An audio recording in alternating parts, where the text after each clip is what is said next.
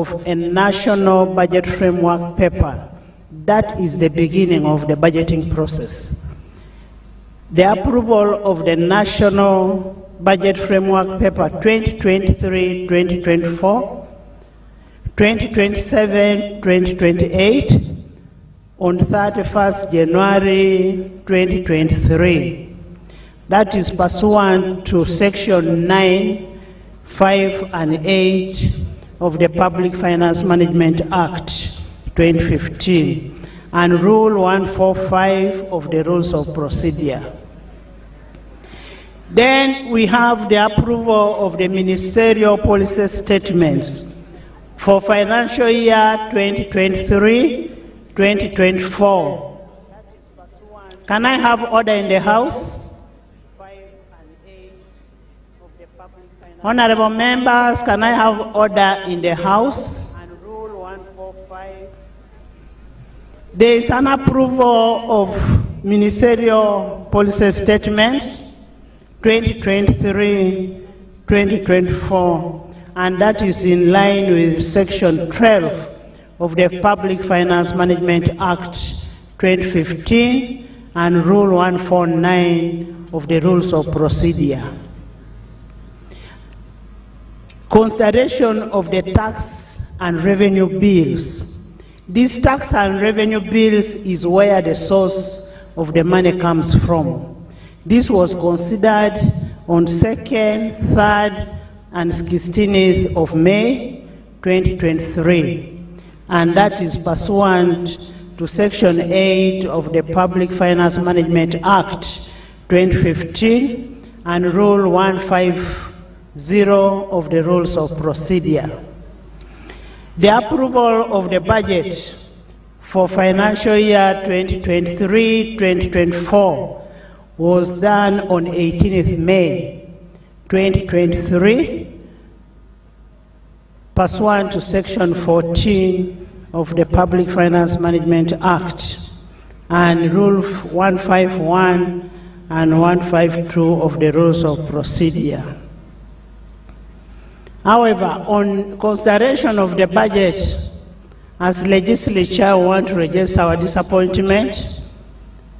Out of all the 83 ministers we have in government, we had a handful in the House. And this is the second time we are having a handful when we are considering a national budget.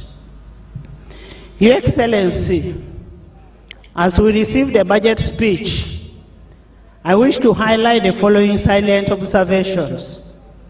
Local government financing as a share of the national budget continues to stagnate about 11% of the last decade.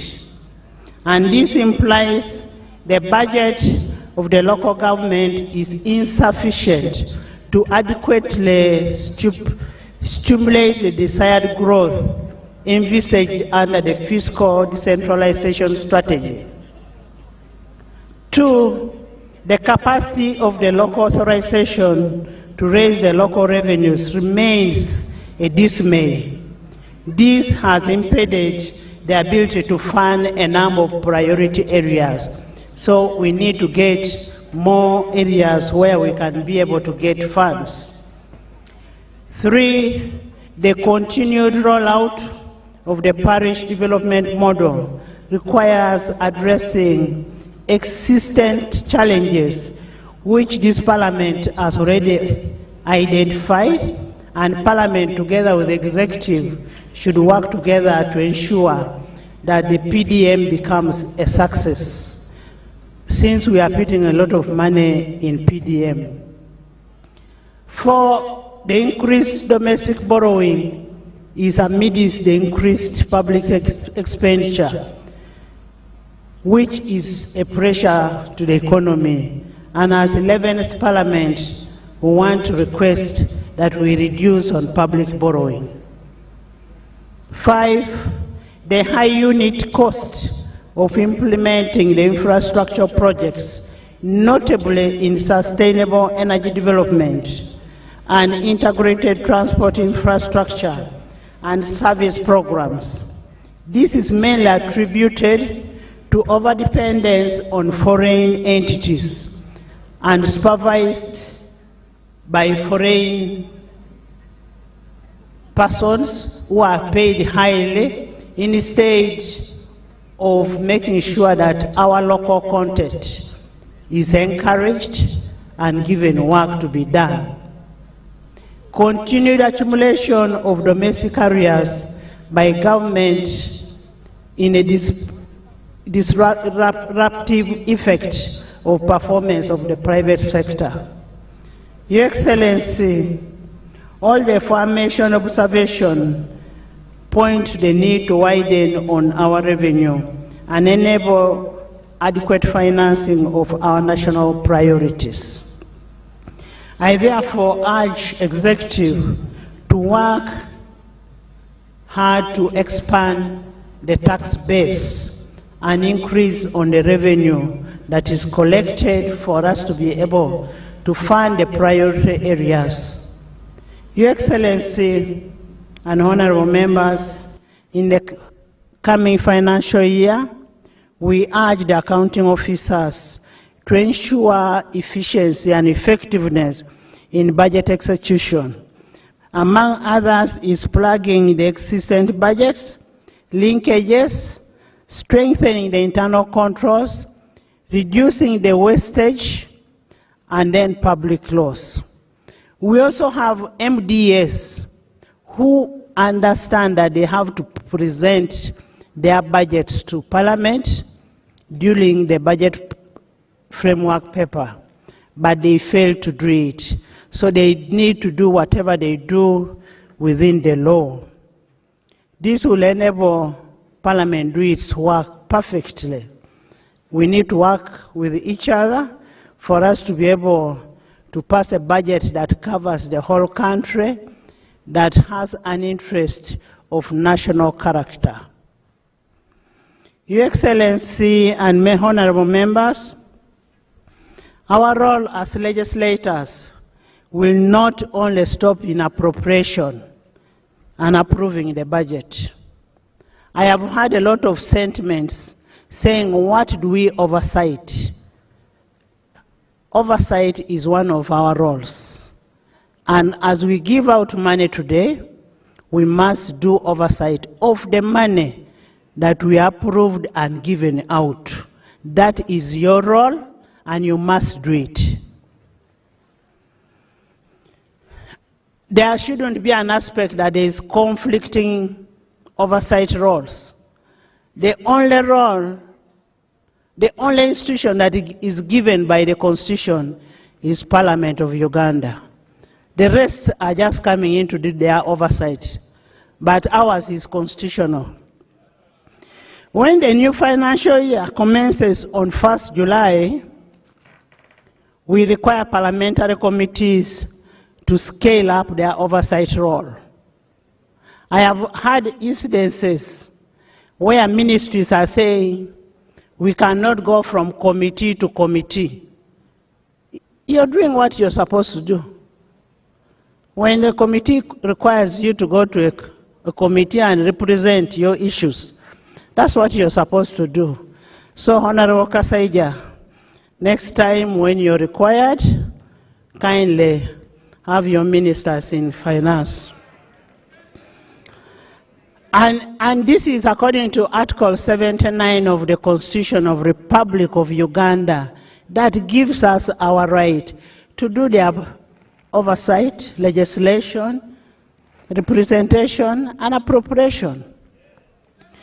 On that note, I would like to inform you that pursuant to Article 164(3) of the Constitution and Article 196 of the Constitution and Section 16 of the National Audit Act of 2008, the 11th Parliament has timely considered almost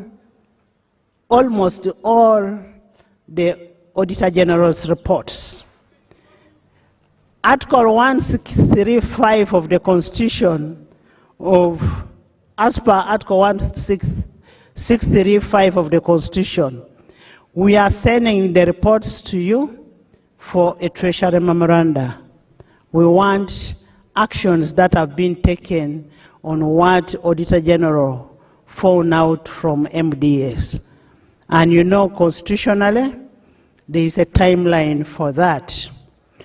On that note, therefore, I congratulate the Parliamentary Public Accounts Committees, especially the Local Government Accounts Committee and Park Central for the good work you've done.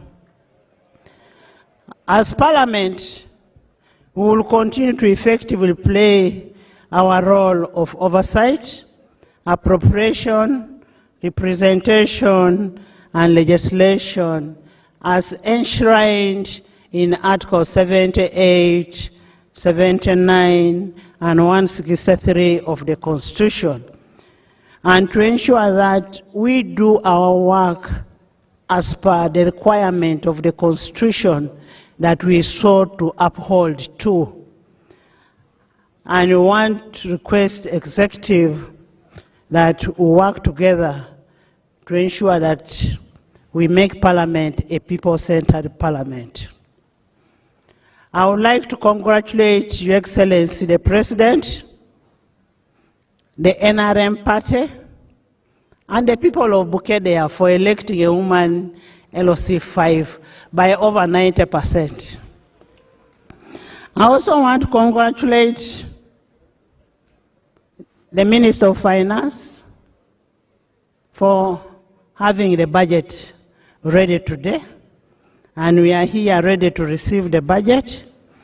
Your Excellency the President and honorable members, as Parliament, since the House was opened, we are ready to start.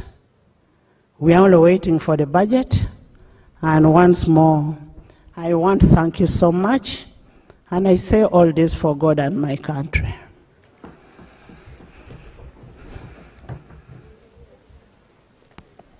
Item number 5, presentation of the budget speech by His Excellency the President of the Republic of Uganda.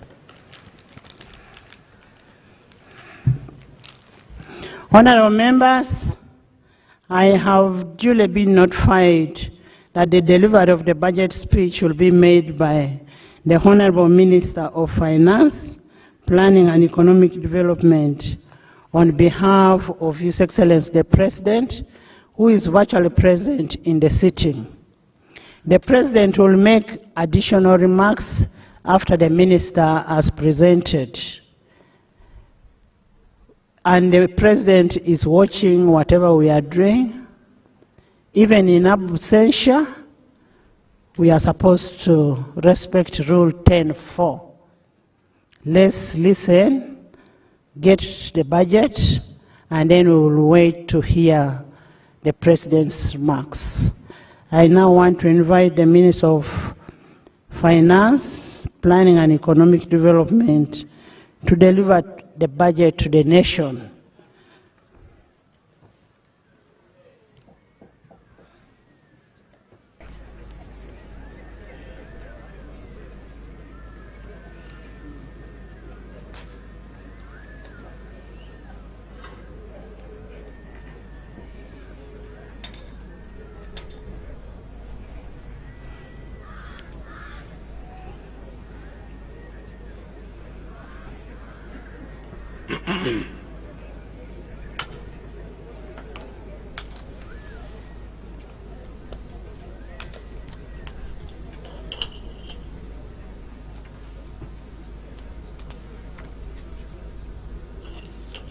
Your Excellency, the President of the Republic of Uganda, Your Excellency, the Vice President, Right Honorable Speaker of Parliament, Your Lordship, the Chief Justice, the Right Honorable Deputy Speaker of Parliament, Your Lordship, the Deputy Chief Justice, the Vice Chairman of the National Resistance Movement Party, the Honorable Prime Minister, the Honorable Leader of the Opposition in Parliament, Honorable Ministers, Honorable Members of Parliament, Your Excellencies, the Ambassadors and Heads of Diplomatic Missions, distinguished guests, ladies and gentlemen. Right Honorable Speaker, in fulfillment of Article 155, Part 1 of our Constitution, I prepared and present to Parliament on behalf of His Excellency the President estimates of revenue and expenditure for the financial 2023/2024. Parliament on Thursday, 18th of May 2023, approved this budget. My statement today highlights the budget as appropriated by this Parliament. Madam Speaker, His Excellency the President declared the 2021-2026 term a Kisanja for socio-economic transformation. While opening this 11th Parliament on the 24th of May 2021, the President said, and I quote, "Now that we have laid the foundation by building roads, hospitals, schools, water sources, and other public services, the focus should be turned to creating wealth, jobs, and incomes," close the quote. This addresses the 39% of Ugandans that are still in a non-money economy. Madam Speaker, the NRM government has laid a strong foundation to accelerate the economic social transformation for all Ugandans. The budget for next financial 23-24, therefore, has been prepared to advance this strategic mission. Consequently, the theme of the budget has been retained as full monetization of Uganda's economy through commercial agriculture, industrialization, expanding and broadening services, digital transformation, and market access. Madam Speaker, in my statement, I will address the following. 1. Performance of the economy during the financial 22-23, as well as our future economic prospects. 2. Accountability for the financial year 22-23 budget. 3. Financial 23-24 budget priorities, interventions. And 4. The financing strategy for financial year 23-24 budget. The recent economic performance. Madam Speaker, Uganda's economy has remained resilient and is on a steady recovery path. Yes. You want me to repeat it? Hold on. I will repeat it at an appropriate time. The economy this year is projected to have grown by 5.5% compared to 4.6% last year. This year's performance compares favorably with the average growth rate for sub-Saharan Africa, estimated at 3.6% for calendar year 2023. The size of the economy is estimated at 184.3 trillion compared to shillings 162.9 trillion last year.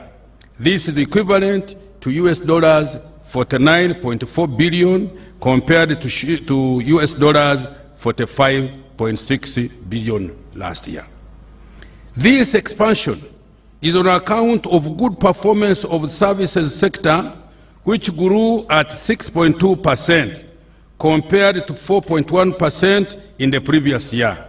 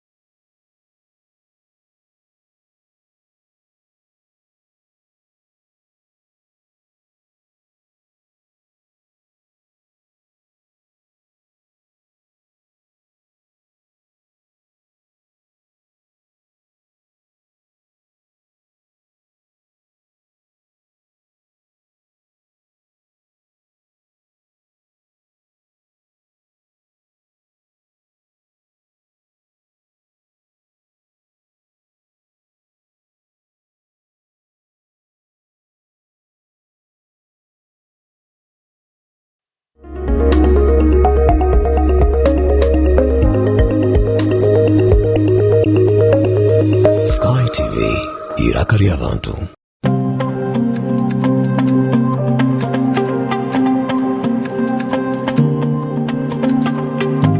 Otaferwa programu y'omukozi buli lwakana shaisha tunechweka kuhika 4 chweka z'omukiro.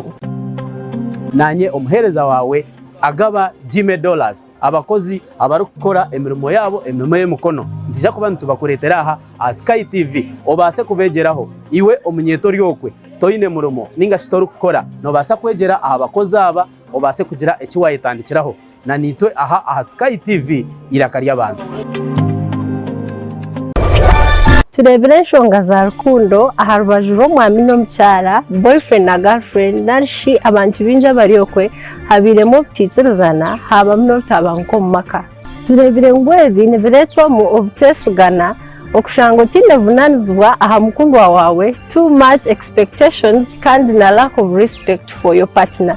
Ebyo nabishanje aha Sky Television on program nyamurungi eya Love Drive eraberho buli Sunday shaina nechweka paka shaitano nechweka ezomukiro. Takwa tukusiyaho amabaraka g'abantu harimo enshonga zitari zimwe na zimwe tukusiyaho n'obuhabuzi kuruga abantu abariokwe. Nanyo muhereza wa Olivia Kamsime tushanje aha Makarista Road hihi na Kabaterine Primary School narishi aha social media platforms zona Sky TV UG official. Sky TV irakari abantu.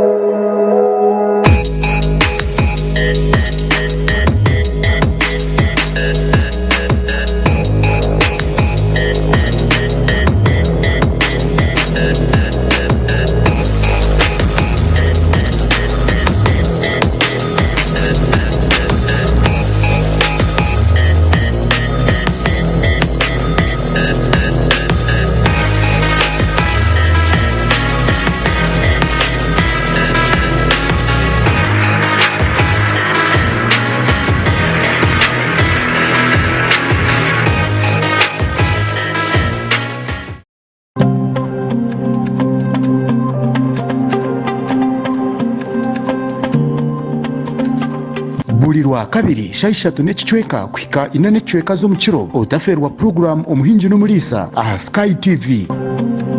Kwega abahinji okega abakugu nangwa tukakopa nari abo bantu ababasize kuraba omu business age bari kutwegesa kimwe 2-3 okutwakubasa kutunga entasya omu byobuhinji n'obulisa obwe turi kurabera omu mataka gitu make lero tyo tukabasa kutunga entasya nyamurungi obwe program age neza kubone kukiboho nyowe kanwa kagamba Edmond principal farmer omuhinji atarukwata mu itaka.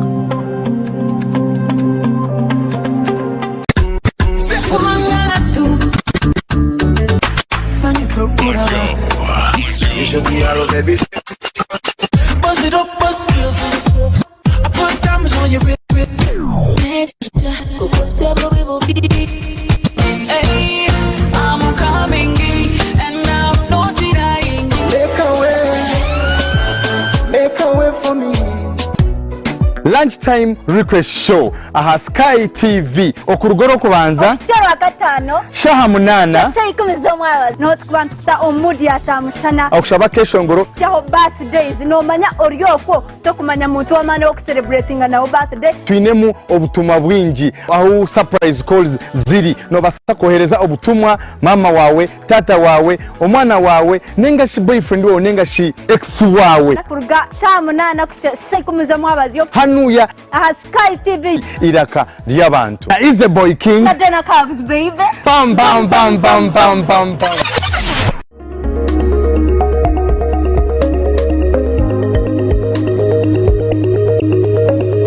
Sky TV iraka ry'abantu. At a regional level,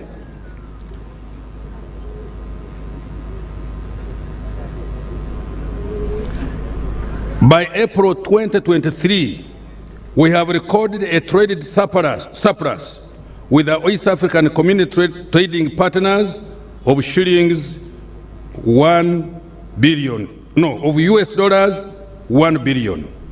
Tanzania remains the only East African trading partner where we recorded a bilateral trade deficit of US dollars 154 million. Our trade balance will be strengthened further as we continue to boost exports and enhance domestic manufacturing capacity to replace some imports. Now, foreign direct investment and remittances and tourism. Madam Speaker, foreign direct investment inflows to Uganda amounted to US dollars 1.5 billion by April 2023. Workers' remittances increased to US dollars 1.3 billion in calendar year 2022 compared to US dollars 1.1 billion the previous year. This helps to finance our foreign exchange requirements, such as imports and debt servicing. Tourism revenue increased to US dollars 847.8 million by April 2023 from 777.8 million in the same period a year ago. Employment. Madam Speaker, the November 2022 National Labor Force Survey puts the size of the labor force at 23.5 million people. Out of these, 10 million were employed, representing only 42% employment rate. Another 8.2 million, equivalent to 35%, were engaged in subsistence agriculture, and 9 out of every 10 employed Ugandans were working in the informal sector. Close to 380,000 employment opportunities have been created under the Presidential Initiative on Wealth and Job Creation, but we still need more. Now, Emyoga. Madam Speaker, the target of government is to create over 2.5 million jobs in the next 5 years. This will be achieved by effectively implementing the parish development model, industrialization, wealth creation, and full monetization of the economy. I will elaborate how we will implement this initiative later. Now, fiscal performance. Madam Speaker, the fiscal deficit is estimated at 5.1% of the GDP this financial year, lower than 7.4% last financial year. This is due to reduction in both recurrent and development expenditure, increased grants. The fiscal deficit has been financed through domestic borrowing and external loans. Total domestic revenue collections amounted to shillings 21.7 trillion by May this year and are projected to be 25.6 trillion by close of this financial year, which is just a few weeks away. The total domestic revenue is equivalent to 13.9% of GDP and covers 68% of the total expenditure, including interest payments on our public debt, but excluding the principal repayment of both external and domestic debt. Economic growth strategy and outlook. Madam Speaker, the economic growth strategy underlying the budget for the next financial year and medium term includes the following. 1. Increase domestic revenue mobilization and a reduction in non-concession borrowing to ensure debt sustainability. 2. Effective implementation of the parish development model and the Myoga initiatives. 3. Effective implementation of the various export strategies and enhancing access to global and regional markets. 4. Support for the private sector by reducing the cost of doing business through 1. Construction of the standard gauge railway and the rehabilitation of the meter gauge railway. 2. Development of small-scale solar-powered irrigation schemes to address climate change and ensure our food security. 3. maintenance of both tarmac and murram roads. 4, continued investment in industrial parks and energy transmission lines. Provision of affordable credit for micro and small enterprises and lower-income groups through the Small Business Recovery Fund, a Myoga and Microfinance Support Center, and funding for the medium to large enterprise through the Uganda Development Bank. 6. Provision of provision of quality seedlings, pesticides, fertilizers, storage, and marketing in the agro-industrialization value chain in order to increase agricultural production and productivity. 7, rapid development of oil and gas production, specifically the construction of the East African crude oil pipeline and the national oil refinery. 8, expansion of our skilled labor force to meet the demand of a diversified economy, especially industrial skills. 9, mitigation of the negative impact of climate change on the economy and our livelihoods. 10, implementation of the Greater Kampala Metropolitan Infrastructure Development Master Plan. And 11,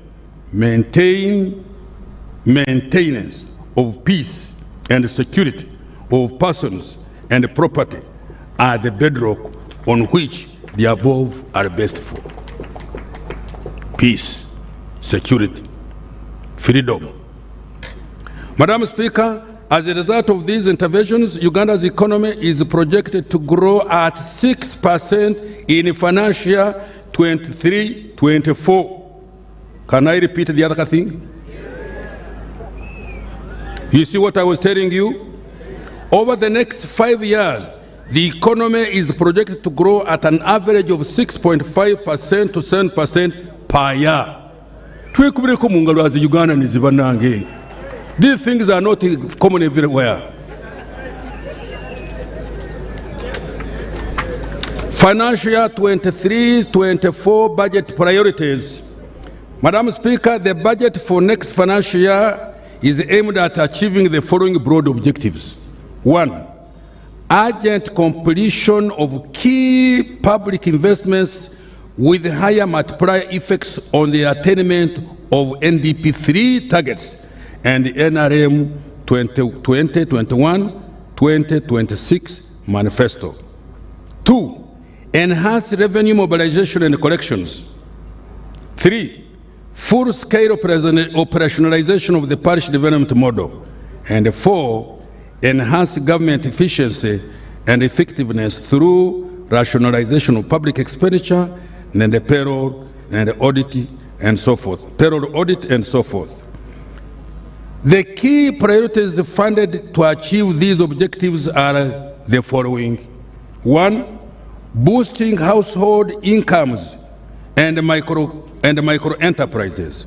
2, commercializing agriculture to enhance production and productivity and improve competitiveness of agricultural products.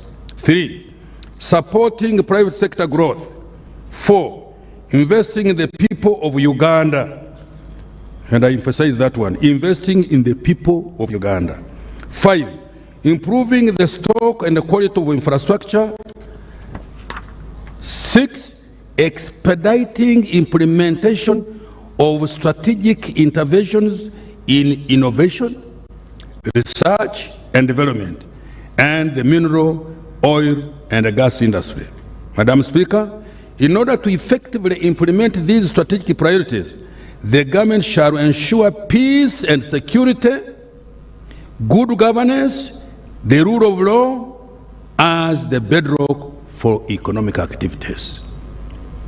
I now turn to detail the key actions we will be undertaking in these strategic priorities.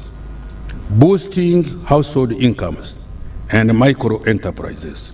Madam Speaker, the parish development model will boost household incomes as well as development of micro enterprises.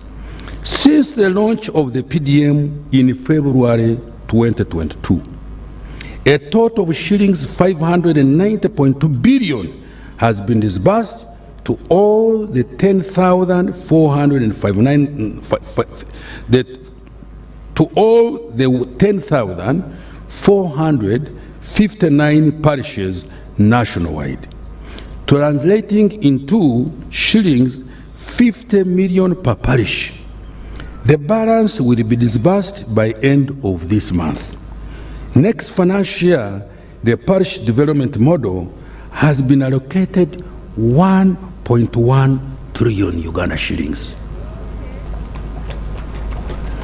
The Myoga initiative will further boost household incomes and micro enterprises at parish and sub-county levels by directly funding parish and sub-county enterprise groups. By March 2023, seed capital worth shillings 494 billion had been disbursed to 6,721 constituency-based Myoga circles. Over 600,000 individuals had successfully applied for credit from their parish-based associations. Nearly half, 46%, of these were women. Women are very persistent, I can tell you. And when they say they do something, they will do it. Youth, 25%, and the PWDs, 4%.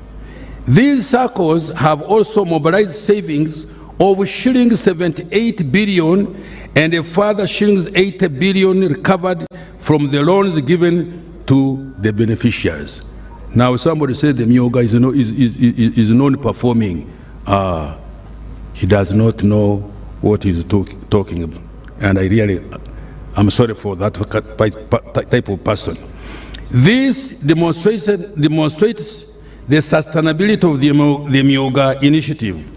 Next financial year, shillings 100 billion has been allocated to the Myoga initiative. Madam Speaker, in order to grow local enterprises, 19 skilling centers have been established across the country under the Presidential Industrial Hubs initiative. So far, 28,750 trainees have successfully completed training in skills programs, and 6,110 are undergoing training in various fields.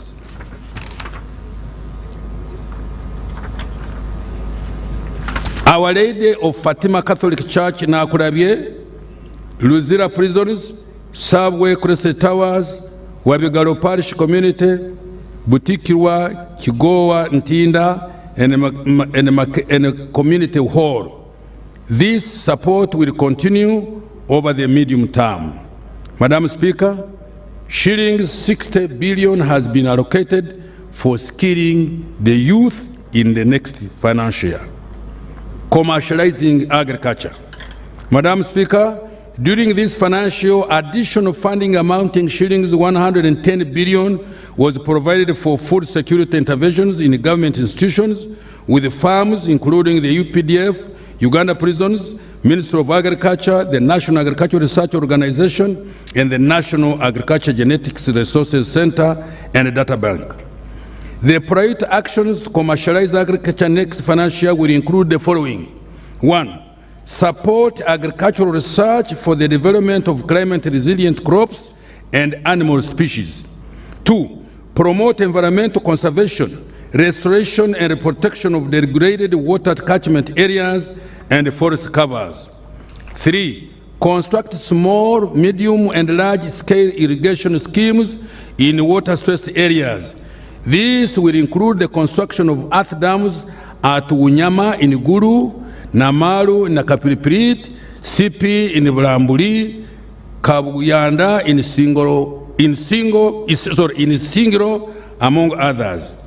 Implement large-scale mechanization and irrigation, and improve farmer mobilization, education, and partnership with large commercial farmers for the production of strategic commodities such as coffee, maize, and tea to meet national and international demand. Madam Speaker, shillings 2.2 trillion has been allocated for food security, irrigation, climate change mitigation, value chain development, agricultural research, and disease control, among others. Supporting private sector growth. Madam Speaker, the private sector has been directly supported through industrial parks development, promoting small and medium enterprises, and facilitating tourism. Industrial development and investment. 8 government-owned industrial parks are currently operational. These are Namanve, Jinja, Bweyogerere, Mbale, Soroti, Mbarara, Kasese, and Ruzira. In addition, there are 3 industrial parks developed under the public-private partnership arrangement at Kapeka, Mukono, and Buikwe. Uganda Investment Authority has acquired 12 square miles for industrial development provided by various local governments in the 18 zones across our country. Uganda's global reputation as an investment destination has been boosted significantly in the recent past. Uganda has been named the #1 investment destination in East Africa by the AIM Global 2023 Abu Dhabi. In addition, our country has been ranked among the top 10 African countries for the best investment destination in Africa by the African Development Bank. It is now also ranked first in East Africa for capital market growth by Abusa Bank. We are moving. Small and medium enterprises. Madam Speaker, these SMEs in manufacturing and export sectors will be supported by $20 million from World Bank Investment for Industrial Transformation and Employment Project, which we abbreviate as INVITE, that will provide grants and a concession credit to qualifying SMEs. These SMEs will access new and innovative financing products with long-term financing of up to 15 years. This intervention aims at increasing Uganda's manufactured export products, generate direct and indirect jobs for more than 200,000 workers, and safeguard existing jobs for 530,000 workers. Madam Speaker, an allocation of shillings 209.3 billion has been provided through the INVITE project for next financial year. Now I turn to tourism. Uganda has increasingly been recognized as a tourism destination and is ranked by CNN as one of the top 10 best tourist destinations in the world.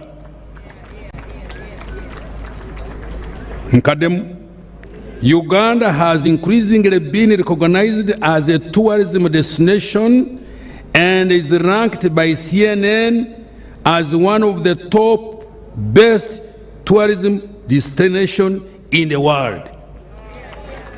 We will continue to promote domestic and inbound tourism, including the use of digital platforms.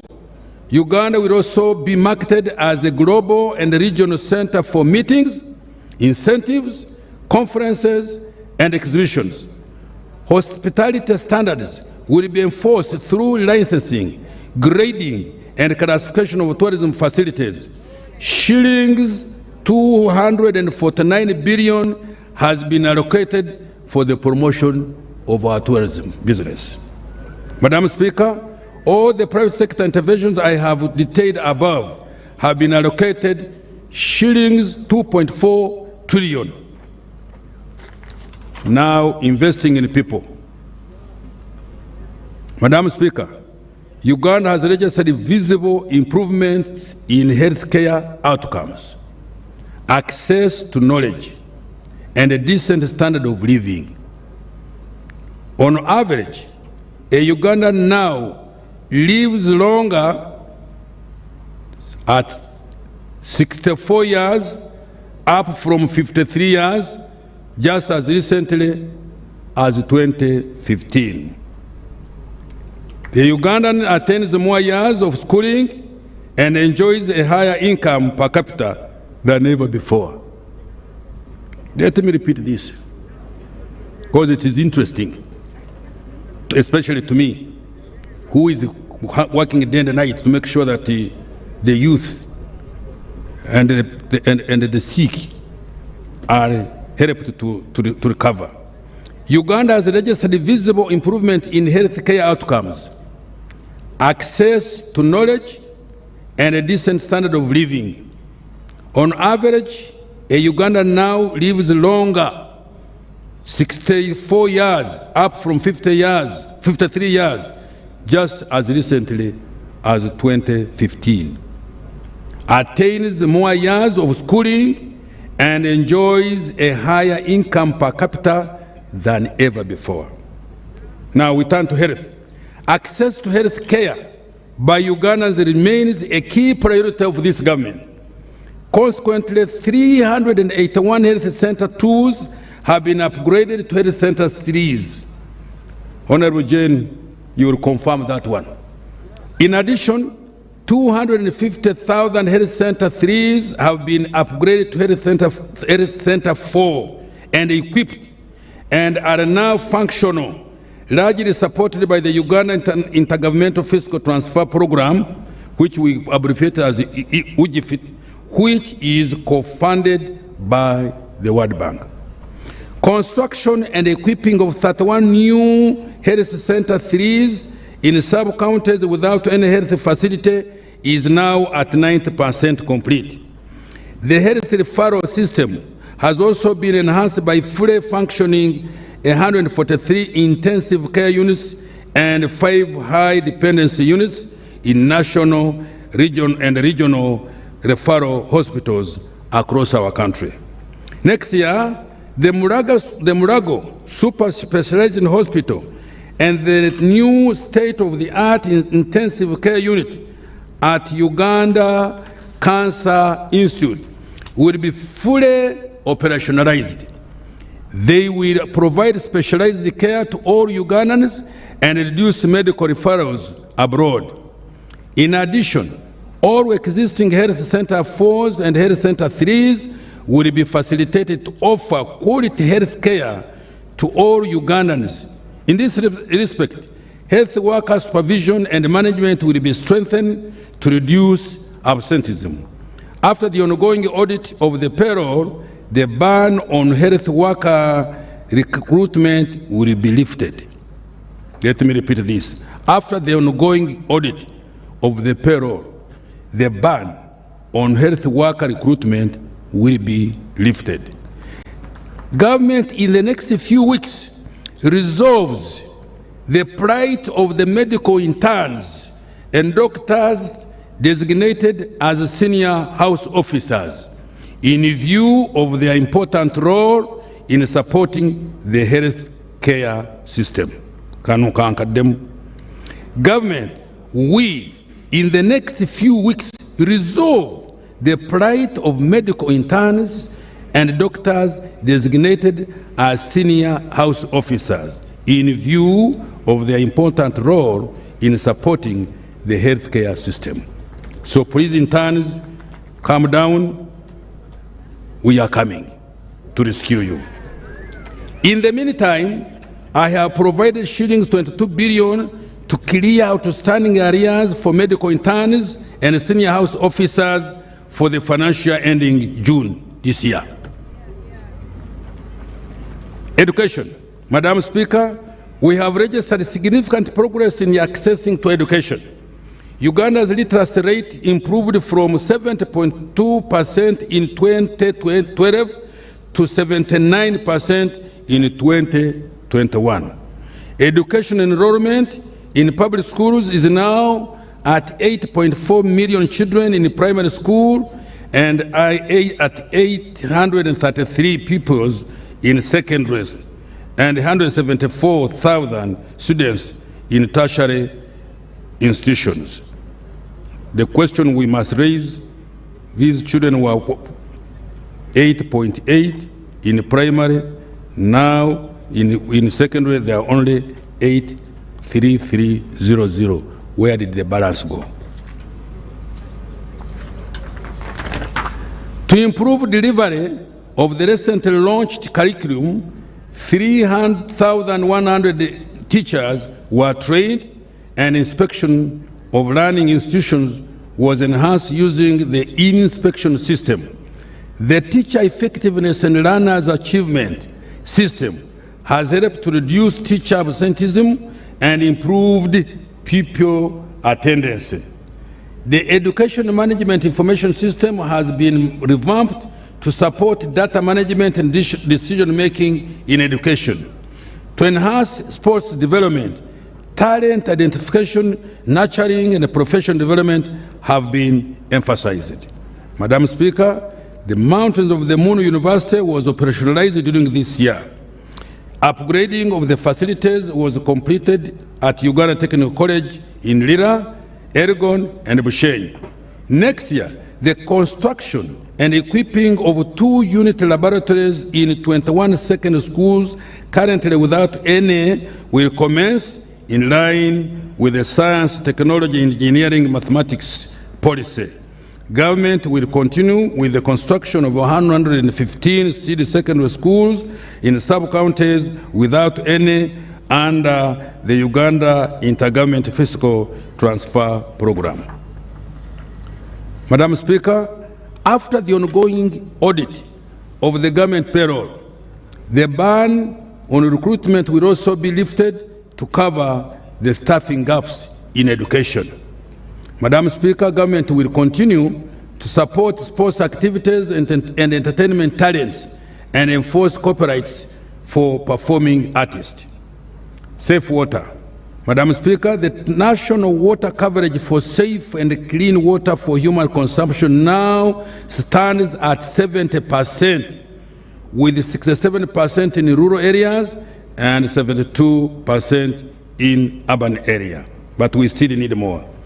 In rural areas, graft flow schemes have been completed at Lirima in Manafa, Lukaru, Kabasanda in Utambara, and Nyawiche, Kichenke in Ibanda. Piped water systems have also been constructed at Nyakibingo in Rukungiri, Kabuyanda in Isingiro, and Oromo water supply system in Kitugum Ramo.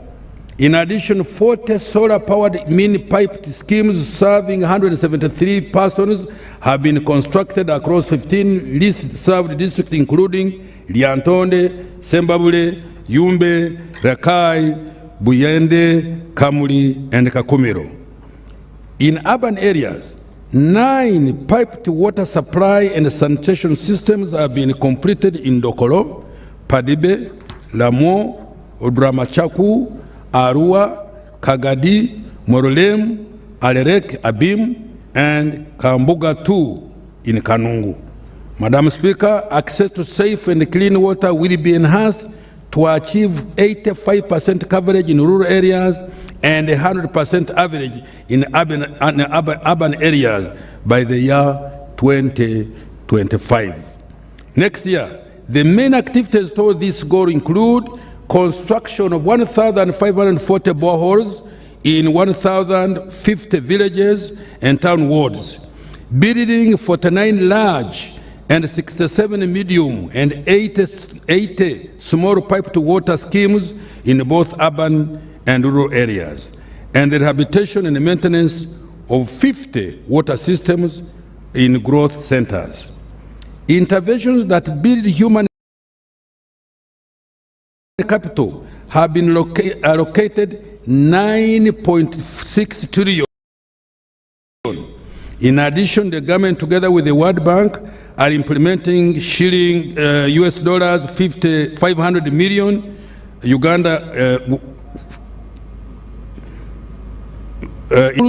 and microscale irrigation facilities in local governments that do not have these facilities, as I've said above.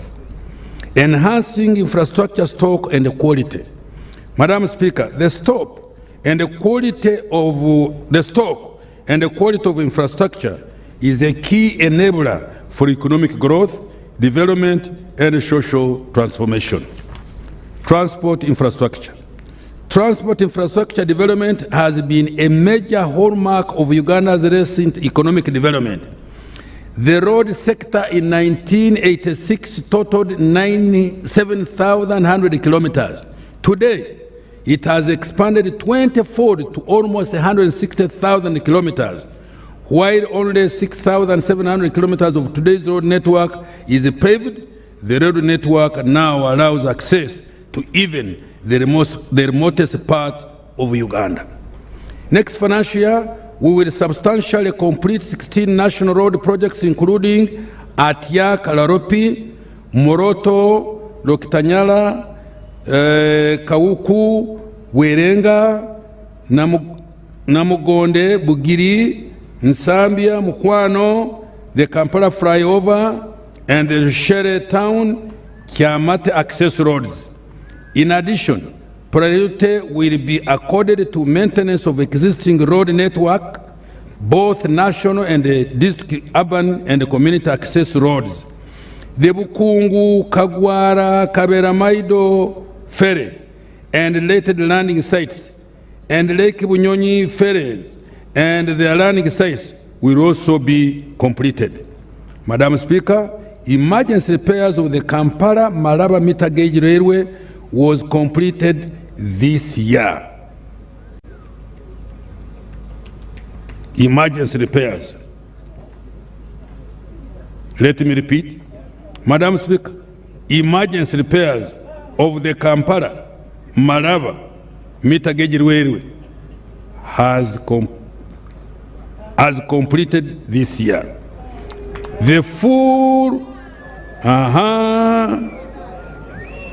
my team, please, you'll have to come and explain this. The full rehabilitation of the Kampala, Malaba, and Tororo Gulu meter gauge railway will commence next financial year. 49 of the right of way for Kampala, Malaba standard gauge railway has been acquired.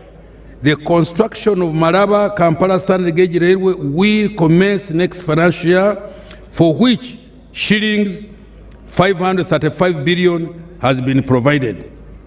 Madam Speaker, in the air transport sector, the redevelopment of and expansion of Entebbe International Airport is at 85% complete and is due to be completed by July 2024. The construction of Kabalega International Airport now stands at 91.7% and will be completed by September 2023. We shall also rehabilitate and upgrade the following aerodromes that are under feasibility studies: Kidepo, Pakuba, Mbarara, Gulu, Arua, Kisoro, and Kasese.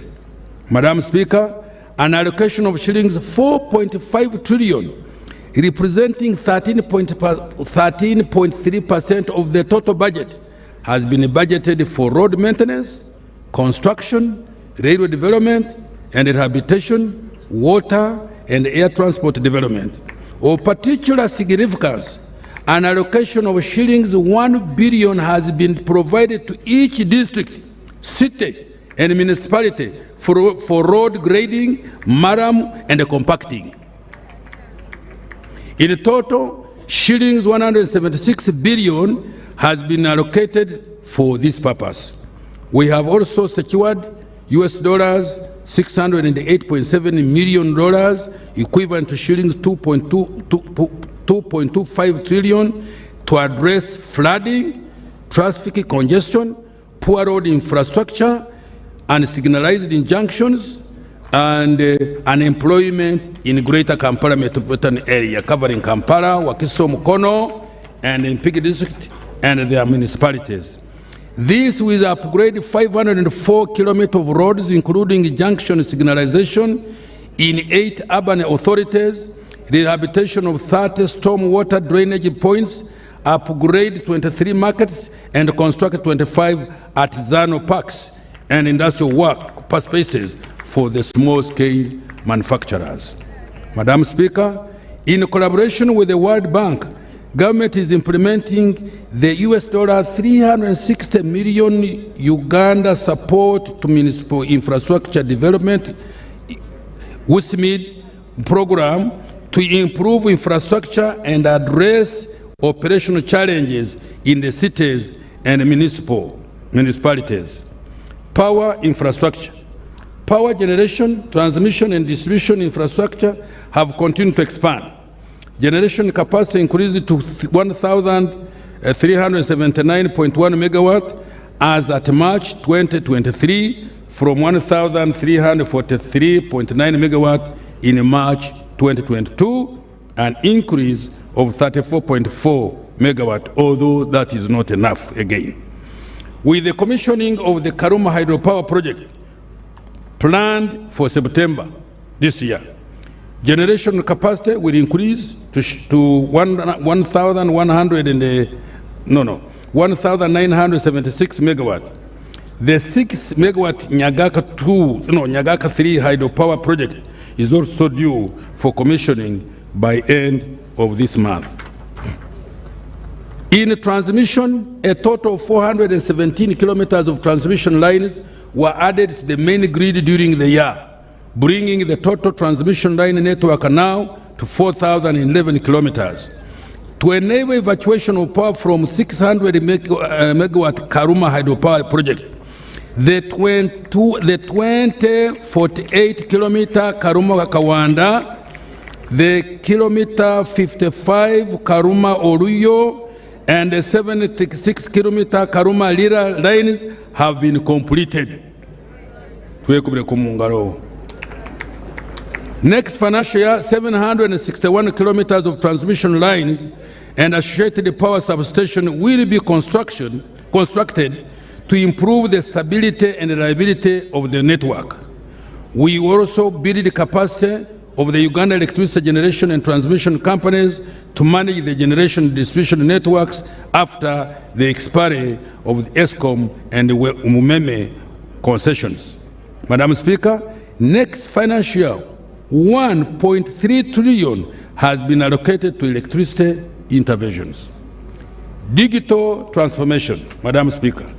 Turning to the digital transformation, 4,717 kilometers of optic fiber has been laid across the country. Geographical coverage of broadband services stands at 66%, and 25 broadband sites have been upgraded to 3G, providing services to over 700,000 Ugandans. Free Wi-Fi hotspots have been established at 9 border posts, namely Ruakaka, Mpondwe, Mutu. No. I'm still verifying. Sorry, he has interrupted me. Free Wi-Fi hotspots have been established at 9 border posts, namely Ruakaka, Mpondwe, Mutukula, Busia, Vura, Katuna, and Eregu. Next year, Wi-Fi will be deployed to 820 locations, targeting schools, hospitals, markets in selected sub-regions. The Greater Kampala Metropolitan Area Network will be upgraded to monitor service provision over the national backbone infrastructure. We will also digitally transform public service delivery by connecting all essential services such as schools, hospitals, tourism sites, and the police to the national backbone. Madam Speaker, an allocation of shillings 192 billion has been provided to accelerate digital transformation. expediting strategic initiatives. Madam Speaker, the development of oil and gas, the beneficiation of neurons and investment in science, innovation and research are key strategic initiatives that will significantly support that socio-economic transformation. Oil and gas. Madam Speaker, the final investment decision for the development of the East African crude oil pipeline was taken on the 2nd of February 2022. We are fast-tracking the construction of the East African crude oil pipeline, EACOP, and the National Oil Refinery. In addition, the right-of-way for Kabale, Hoima, Buloba refined products pipeline and the financing for the refinery and associated infrastructure will be concluded. Preparatory work for the development of petrochemical industry at the Kabale Petro-based industrial park will also be expedited. I have allocated shillings 447 billion to fast-track the development of petroleum resources next financial year. Science, innovation, and research. Madam Speaker, government is supporting several innovation and scientific research initiatives that will propel Uganda industry into the high technology economy. These include vaccine research and development, including therapeutics and diagnostics, to enable Uganda to enter into the pathogenic economy. 3, automotive industry technology development. 4, chipset and robotics manufacturing. During this financial year, we enhanced the salaries for scientists by shillings 508 billion. We shall continue to support scientists and innovators to undertake the process of intellectual property registration, train and sensitize stakeholders on intellectual property. We have provided 257 billion to support science, innovation, technology development. Mineral beneficiation. Madam Speaker, in order for Uganda to reap the benefits of mineral resources, Uganda's mineral deposits will be quantified to ascertain their value before beneficiation.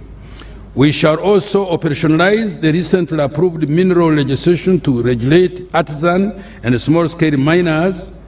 For the development of minerals, an allocation of 54.4 billion has been provided.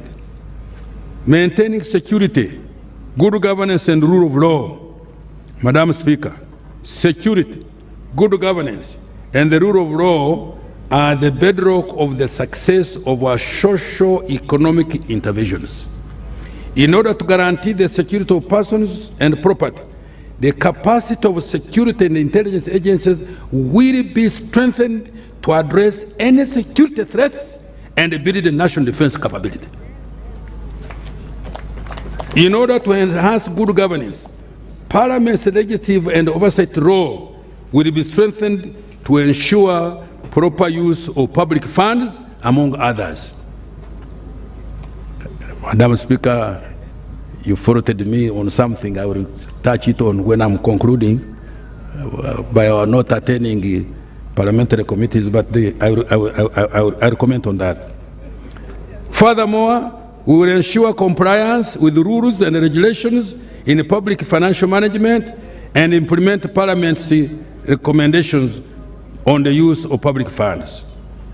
To improve efficiency and effectiveness of government, we will further automate financial management systems. These include program budgeting system for the budget preparation, monitoring and reporting, the integrated financial management system for budget execution, the human capital management for personnel and payroll management, e-government procurement, e-passport, and the one border posting, among others. Madam Speaker, the integrated bank of projects has recently been relaunched to improve public investment management, including the tracking of project performance.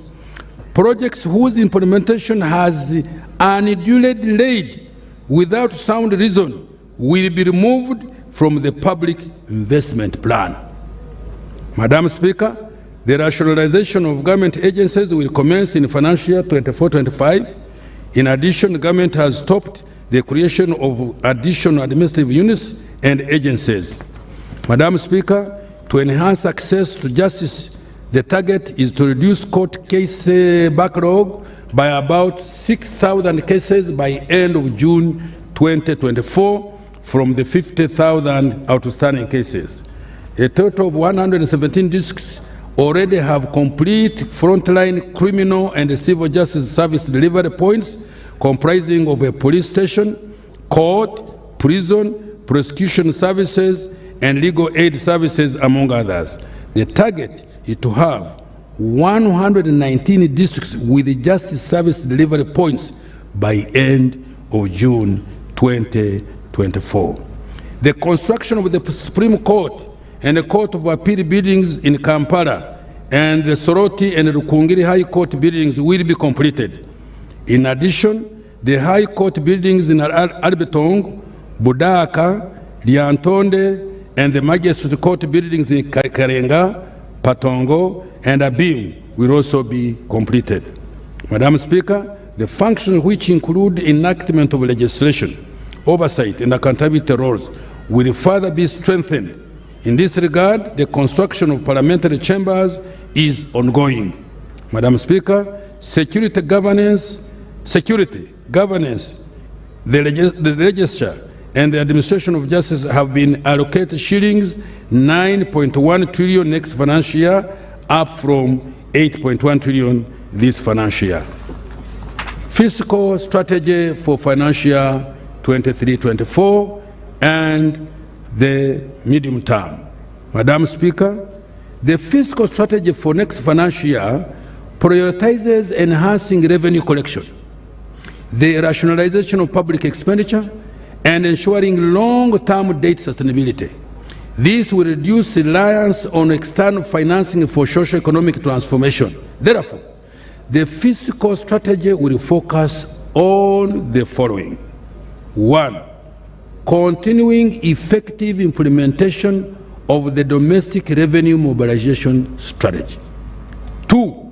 Repurposing the national budget to achieve high multiplier effect of government interventions on the economy and improve the efficiency and effectiveness of government programs and projects. 3. Mobilizing external concession loans and utilizing non-concession loans for projects with high economic and financial returns. 4. Limiting domestic borrowing to an average of 2.2% of GDP in the short medium term to avoid crowding out the private sector through rising interest rates. And 5. Reducing the budget deficit to within a maximum lift of 5% of GDP and gradually converging towards the East African target of a deficit of 3% of GDP. Next financial year, the budget deficit will be reduced to 3.5% of GDP. In order to live within our means, we have reduced consumptive expenditure. During the next financial year, there will be no purchase of new vehicles for political leaders and public officers except for hospital ambulances, medical supplies and distribution, agricultural extension services, security and revenue mobilization. Don't roast me, please. That's a decision that we took. Travel abroad has also been restricted to statutory functions and for critical legal and resource mobilization functions. We will also regulate expenses on workshops and seminars. Madam Speaker, during this year, domestic arrears worth shillings 166 billion were settled. Government is committed to paying verified suppliers, quota awards, and compensation for ranches. Next financial year, shillings 200 billion has been allocated to settle domestic arrears. Madam Speaker, to improve absorption and utilization of external loans and grants, government has undertaken the following measures. 1. Requiring accounting officers of ministries,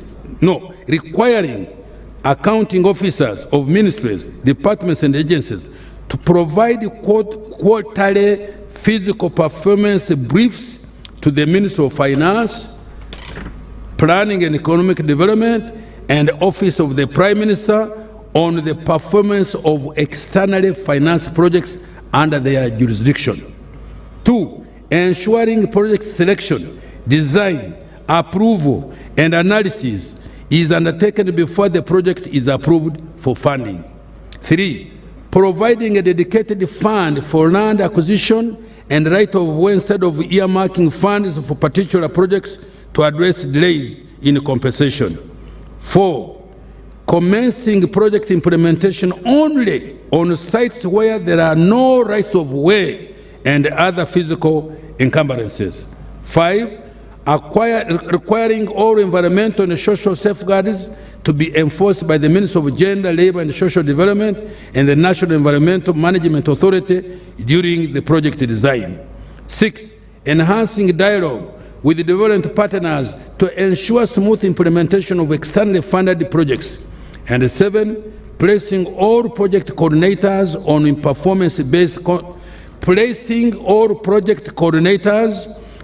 performance-based contracts to improve accountability for project performance.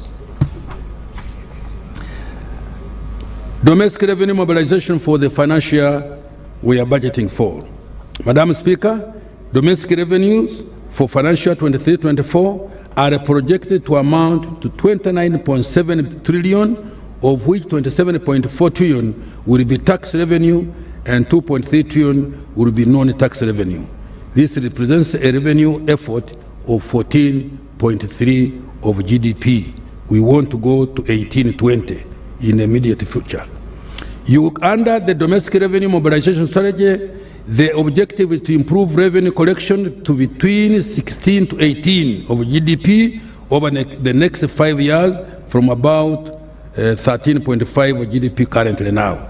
I have said that already. Next financial priority has been placed on improving tax administration, including use of ICT to fight tax evasion and rationalizing tax exemptions to improve their effectiveness and reduce revenue leakage. Madam Speaker, government is undertaking the following tax measures: rationalization of tax exemptions. However, we will continue to provide tax exemption based on the following. 1. Apply the criteria including minimum requirements for application of any new tax exemptions. 2. Assess the costs and the benefits of all tax exemptions to ensure adherence to niche-show objectives. 3. Streamline and clarify the roles and responsibilities in the governance of tax exemptions. Madam Speaker, the respective provisions of the tax laws that provide the following exemptions have been repealed. 1. Deductions allowed for accelerated wear and tear on plant and machinery. Normal depreciation will apply henceforth. 2. Exemption on VAT for diapers, inputs for processing hides and skins into finished leather, and inputs into iron ore, smelting into billets. Tax laws amendment. Madam Speaker, the tax laws have been amended to improve the tax system and ensure fairness.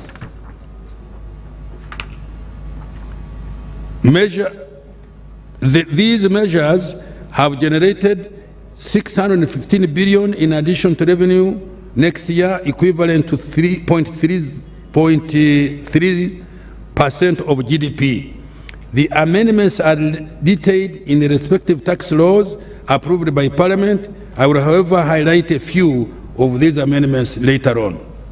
Income tax.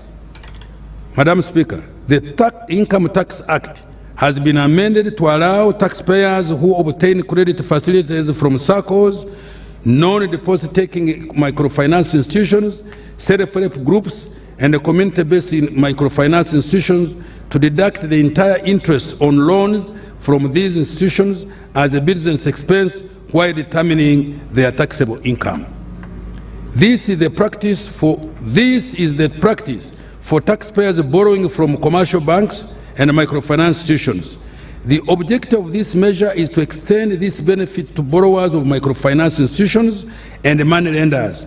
This will support low-income individuals and groups to enable them access financial services and improve profitability and survival rate of the SMEs.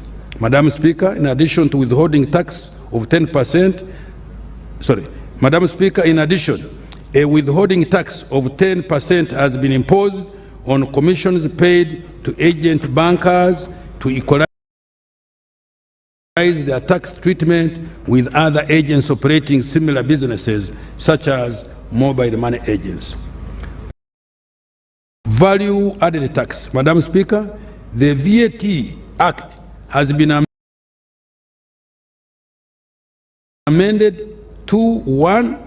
Exempt the supply of concentrates and seed cake from VAT to incentivize local manufacturing of animal feeds and premixes. 2. Allow non-resident taxpayers to file returns and pay tax in United dollars to facilitate compliance of non-resident taxpayers operating in Uganda. 3. Require foreign remote providers of electronic goods and services to account for VAT on goods and services sold in Uganda, so as to bring e-commerce transactions into the tax system.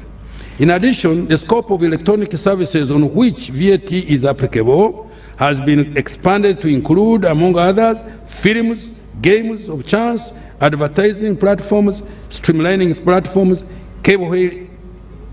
cab-hailing services, cloud storage, and data warehousing. Excise Duty Act Amendment. Madam Speaker, the Excise Duty Act has been amended to remove the excise duty of $9 per minute on incoming international calls originating from the United Republic of Tanzania. This will include Tanzania in the one area network comprising the other East African Community member states.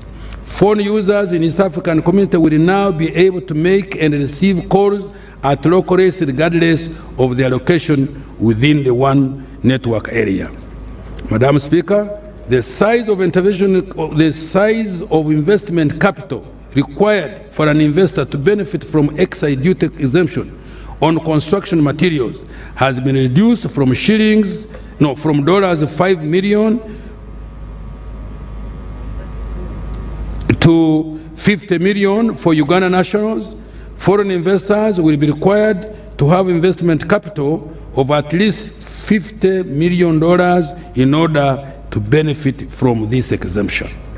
In order to deter undervaluation, excise duty on mineral water, bottled water, and other waters purposely for drinking has been imposed at 10% or shilling 75 per litre, whichever is higher. The Excise Duty Act has also been amended to clarify spirits used as raw materials for the production of disinfectants and sanitizers. Tax Procedure Code and Amendment. Madam Speaker, the Tax Procedure Code Act has been amended to waive any interest and penalty on tax arrears outstanding as of 30th June 2023 in order to address requests from taxpayers who have cited the hardships caused by the COVID-19 lockdown. This provision is, however, limited to taxpayers who come out and pay by 31st December 2023. Where the taxpayer pays part of the principal tax outstanding by the deadline, the payment of interest and penalty shall be waived on a pro-rata basis. After that date, URA will decisively enforce recovery of all taxes and penalties. Ratification of the Convention of the Mutual Administrative Act Assistance in Tax Matters, Implementation Act. Madam Speaker, Parliament has enacted a Convention on Mutual Administrative Assistance in Tax Matters, Implementation Act 2023.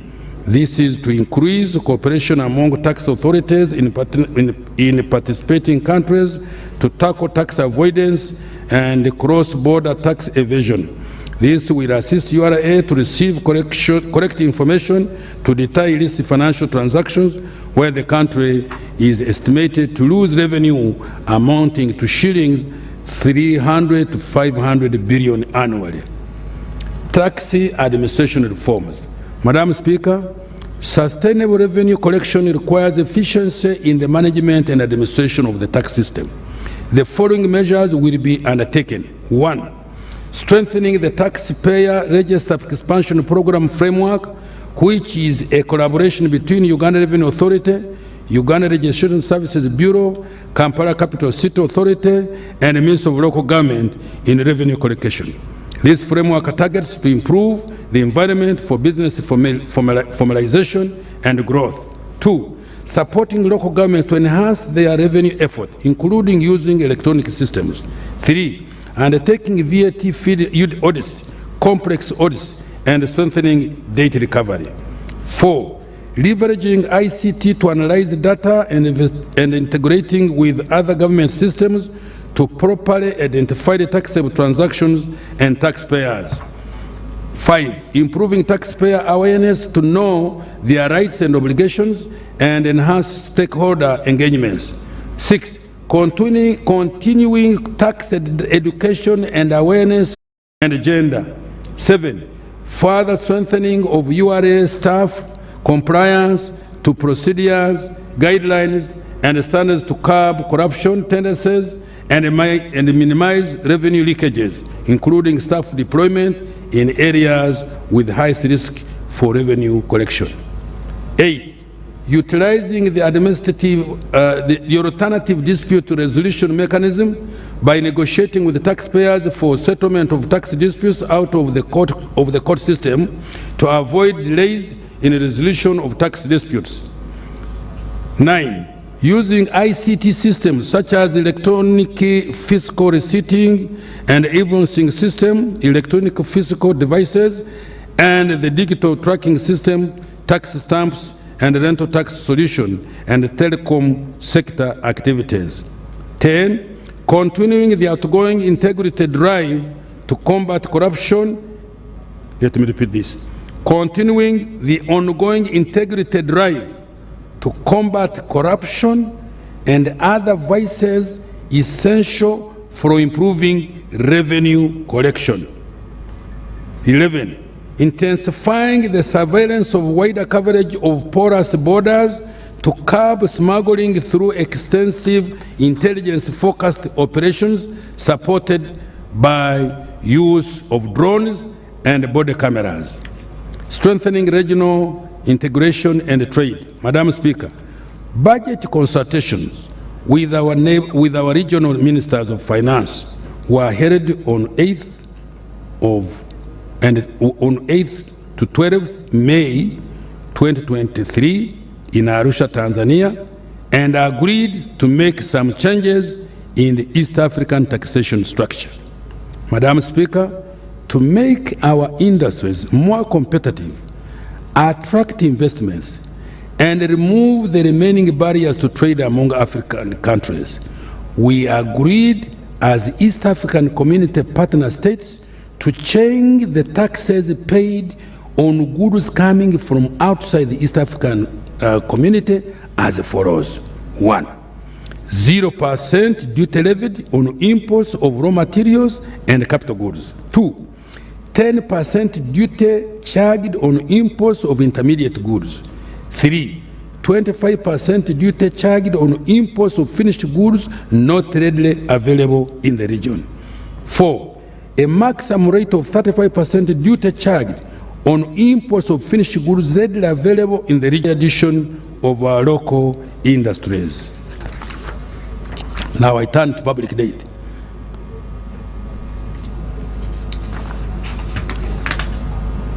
Madam Speaker, Uganda's public debt stood at shillings 80.2 trillion, equivalent to $21.7 billion as at the end of December 2022. Of this amount, external debt was shillings 47.9 trillion, equivalent to 12.9 US billion, while domestic debt was 33.4 trillion Uganda shillings, equivalent to US $8.9 billion. Public debt is projected at shillings 88.9 trillion, equivalent to 23.7 US billion by 30th June 2023. In nominal terms, Uganda's debt to GDP is projected to drop to 48.2% this financial year ending this month, from 48.6% at the end of June 2022. The reduction is due to the government commitment to debt sustainability. This is slightly below the government policy target of not more than 50% of GDP, and also below the 52.4 threshold provided for in the Charter of Fiscal Responsibility as at the end of financial year 23-24.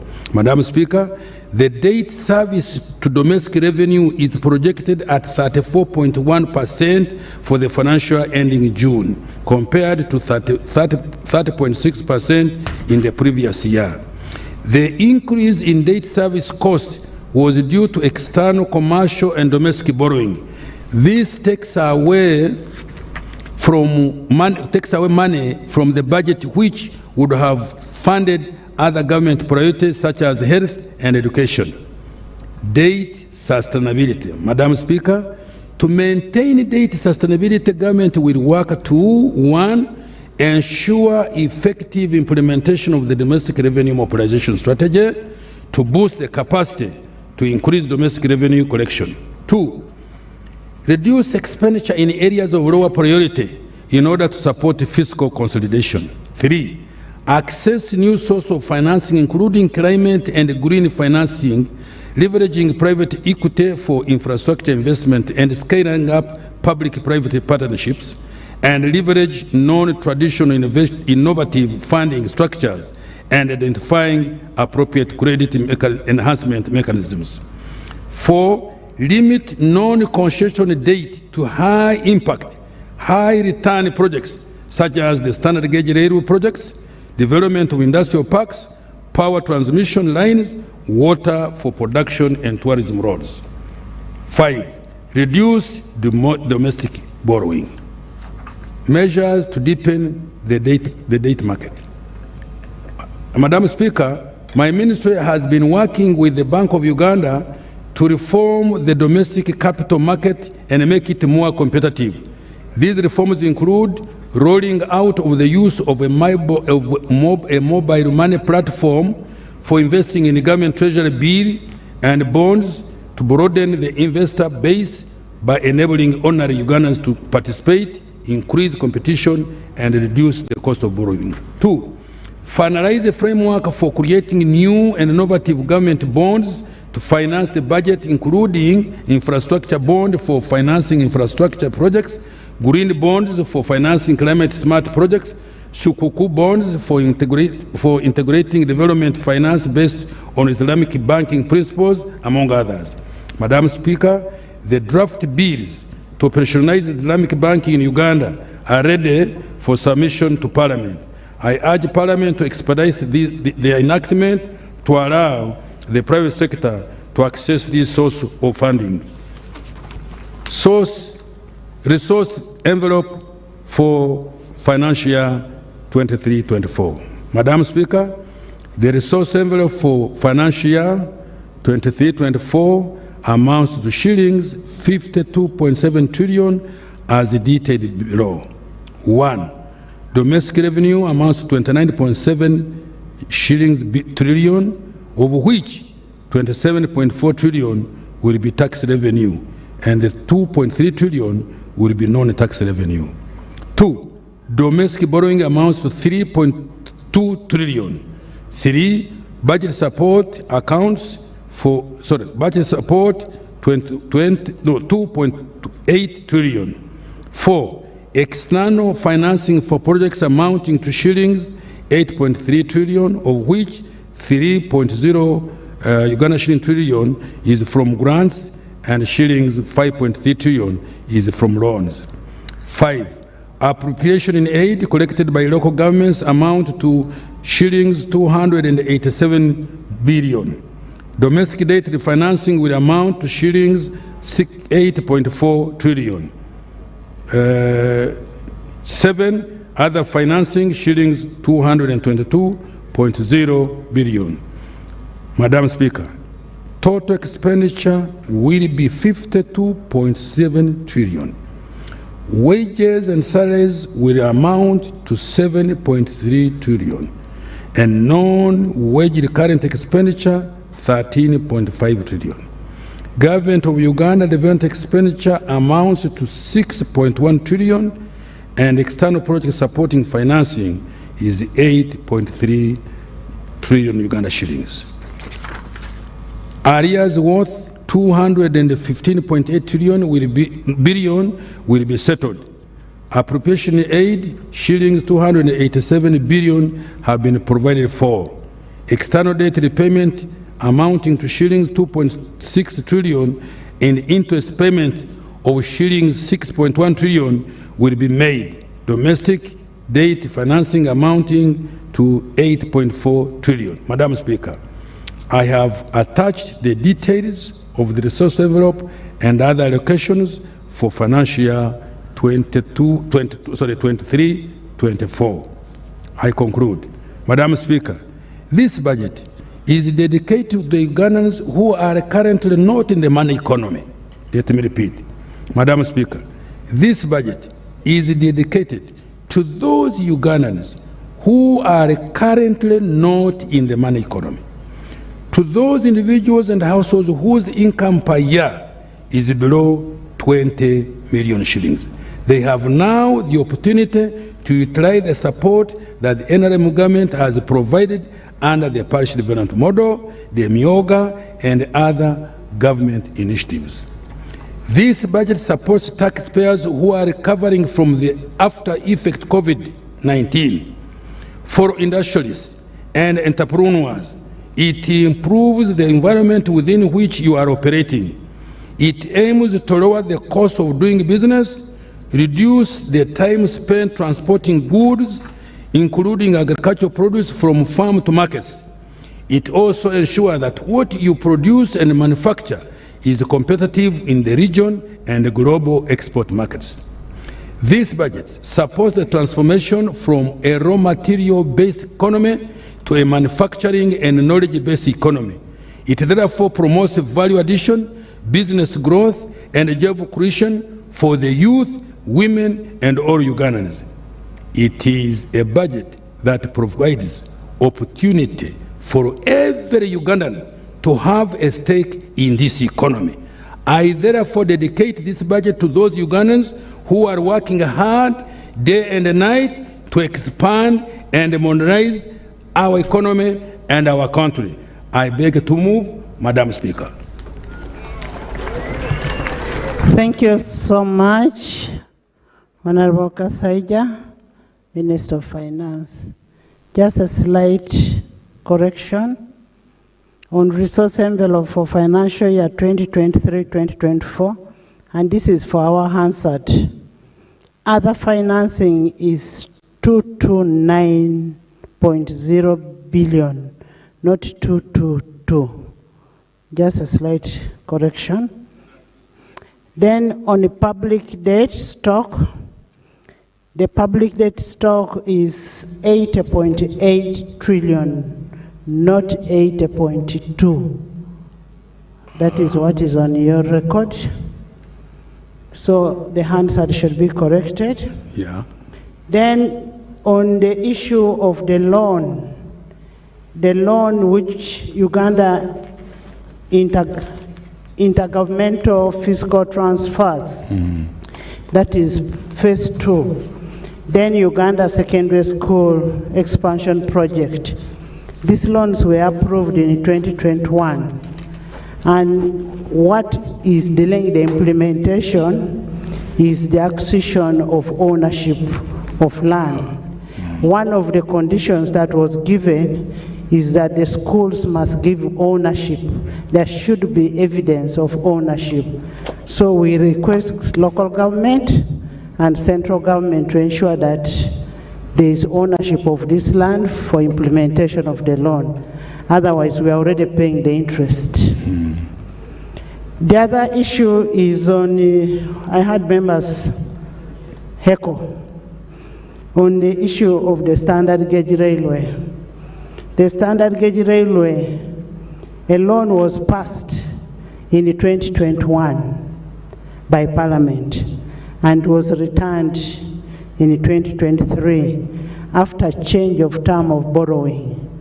The terms of borrowing were changed, so the loan is still with the Committee of National Economy. The standard gauge railway is not completed. The meter gauge railway. The meter gauge railway is not completed, so it is not correct that it is completed. Thank you. Thank you very much, Madam Speaker. Some of these statements were made in anticipation that as soon as we resume Parliament, action will be taken, because they are now being added on the budget of the coming year, Madam Speaker. But where the record is inconsistent with yours, first of all, I will apologize, but I will go and check with my team and see where the mistake is, and I will go for you that in writing. Thank you. Thank you so much, Honorable Minister, for the report, and I want to congratulate you. Thank you. Honorable members and distinguished guests, as I said before, that the President is attending virtually and would love to make his remarks on his budget. You know, constitutionally, the Minister of Finance is none other than the President. I now want to take this opportunity to invite His Excellency the President to make his remarks and crown the budget speech.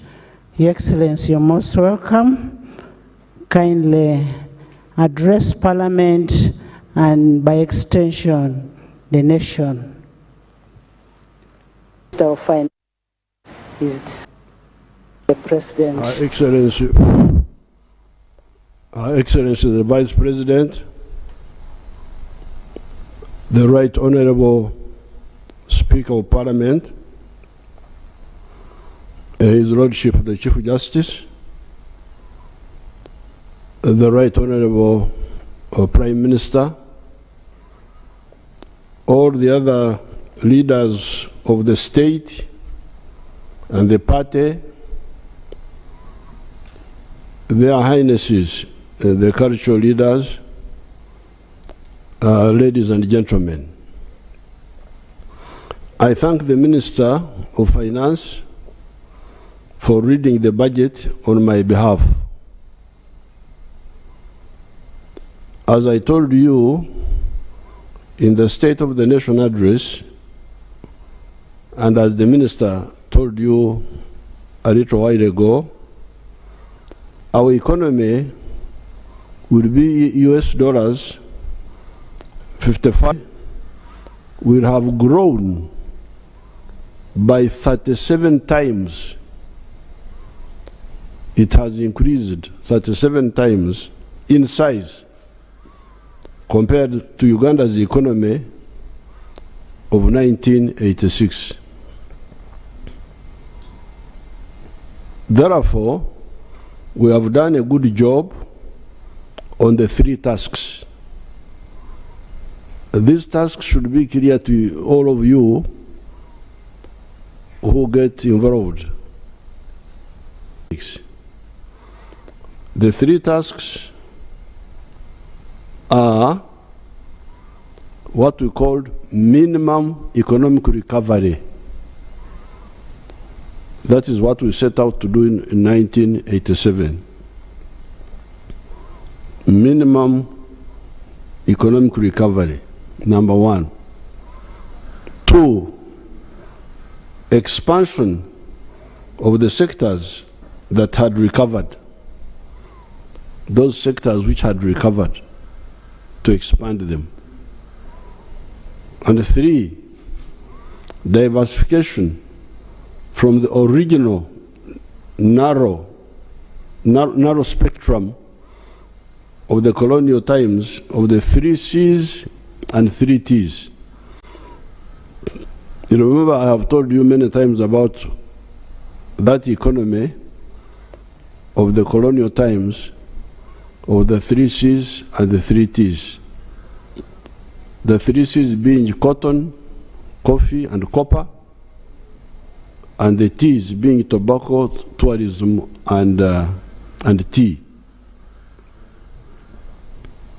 So therefore, number 1,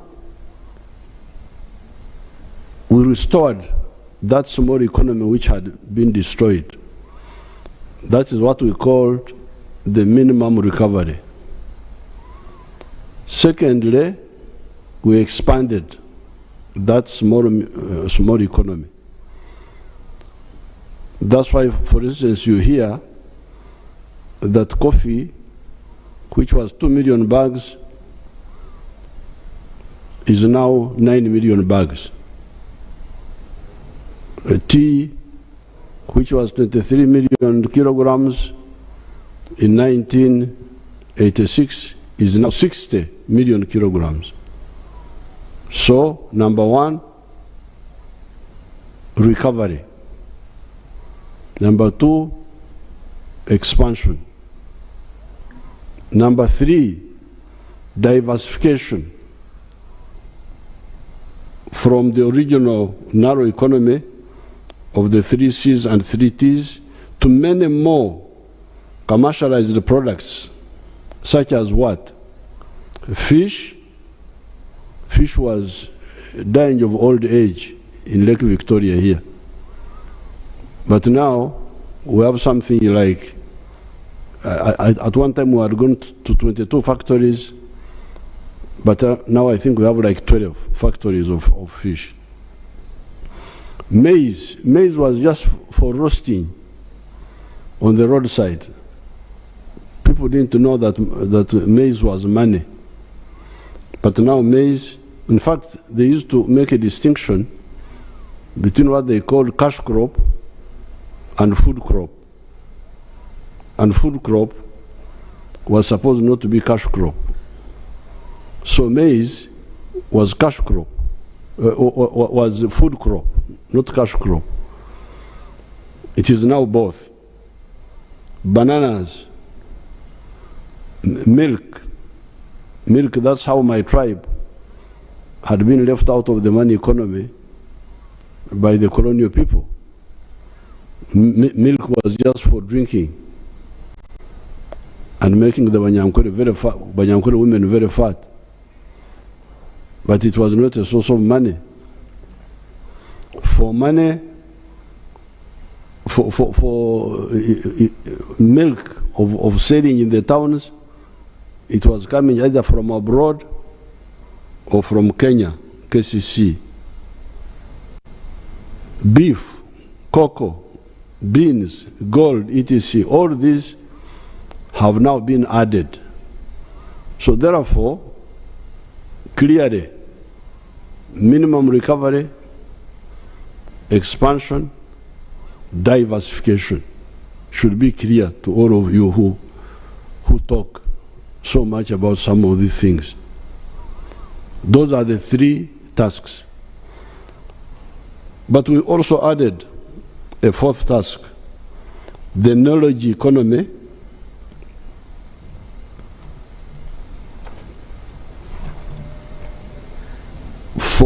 For instance, automobiles, technology. When you talk of Chira, you are now talking of a new economy. You are no longer talking of just coffee and agriculture and hotels. You are not even talking of simple manufacturing. You are talking of high knowledge, high tech manufacturing. So this is the fourth task now, the transformation, minimum recovery, expansion, diversification of what was there, but also new type of economy based on science and high technology. Example, automobiles, pharmaceuticals, vaccines, etc.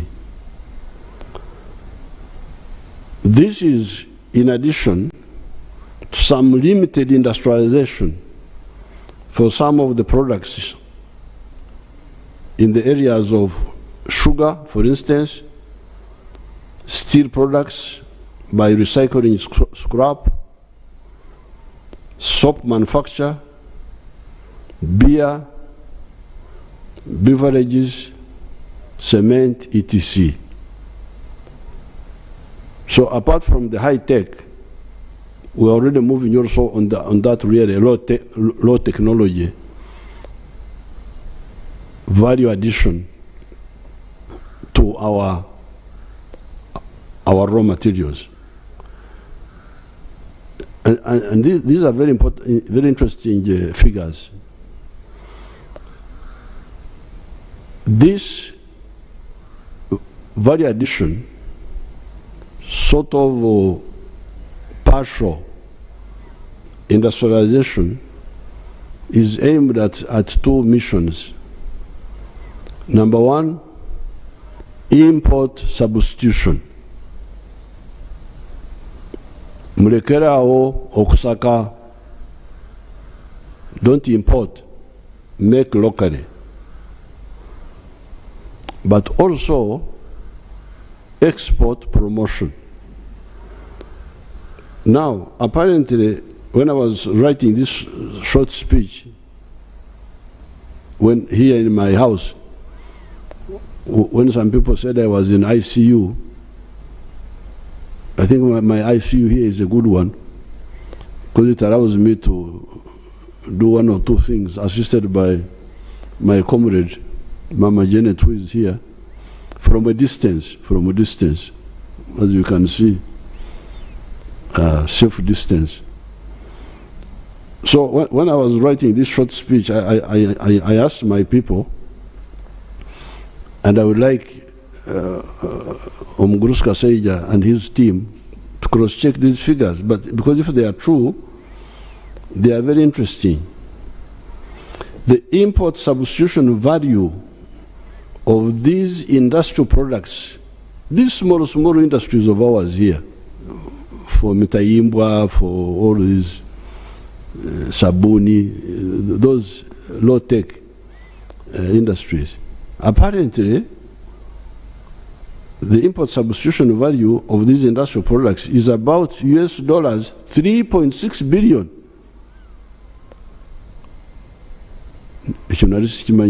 I didn't know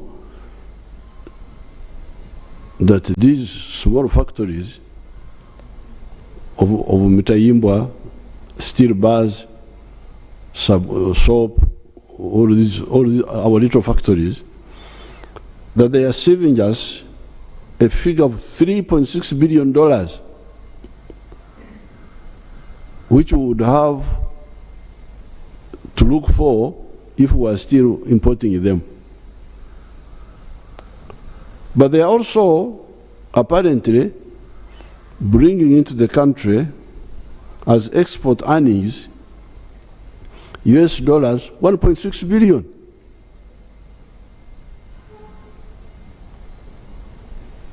Omukazi omunyankore we yagambira antukahize ngo ebere etutu yo bere shagama. There was this munyankore woman who was catching locusts. You know, the other time when we had a problem of locusts, when they were threatening us, many people did not know that some of the Ugandans were not happy with me because I killed the locusts quickly. But some of the Ugandans who eat the locusts, they said, this man has spoiled our food. He should have allowed us to deal with these locusts. NCJ. They used to catch them and eat them. So in the 1930s, when the locusts invaded us, a Munyankore woman went into the papyrus swamp to catch the NZJ, the locusts, and she was carrying a child on the back. And she was so excited with catching the locusts. Those papyrus plants sometimes can be very sharp if they are broken. So the papyrus fragment cut the throat of the child at the back, and the woman had a warm liquid, and she thought it was sweat. But when she finished catching the locusts and said, I thought it was sweat. It has turned out to be blood. So, me, I didn't know that the little work we were doing, I thought it was sweat, but apparently it is blood. It is something serious. We are saving you 3.6 billion import substitution and earning for you $1.6 billion from the exports of now no longer just coffee and so on and these other things, but industrial products. That's really, I was very happy to get that figure. However, the big proportion of our economy is still a raw materials economy. So please, especially the NRM cadres, understand this very clearly. This economy we are saying has grown, as Mr. Kaseja was saying, to $49 billion now, and it will be 55 point something billion by the end of this financial year which we have entered. You should know that Chibaro, that estimation is mainly a raw materials economy. Economy ekyali mu kutunda embidde, selling the sour bananas before you process them. Meaning, unprocessed coffee, although I am putting on fine spinner's shirt here, still much of the cotton is sold as raw material. You can imagine we sell maize, owempeke, maize of grains outside, and then we import animal feeds. You can imagine. Animal feeds are from mainly maize. You sell grains of maize, you import animal feed more expensively. And our poultry farmers are crying for animal feeds, and the other people of the pigs, and so on, and even the cattle people. Until recently, we have been importing leather from outside. You can imagine, Amaliba, skins and hides. Until recently, when I built that leather factory in Kaumu, our people were importing leather from China and from India.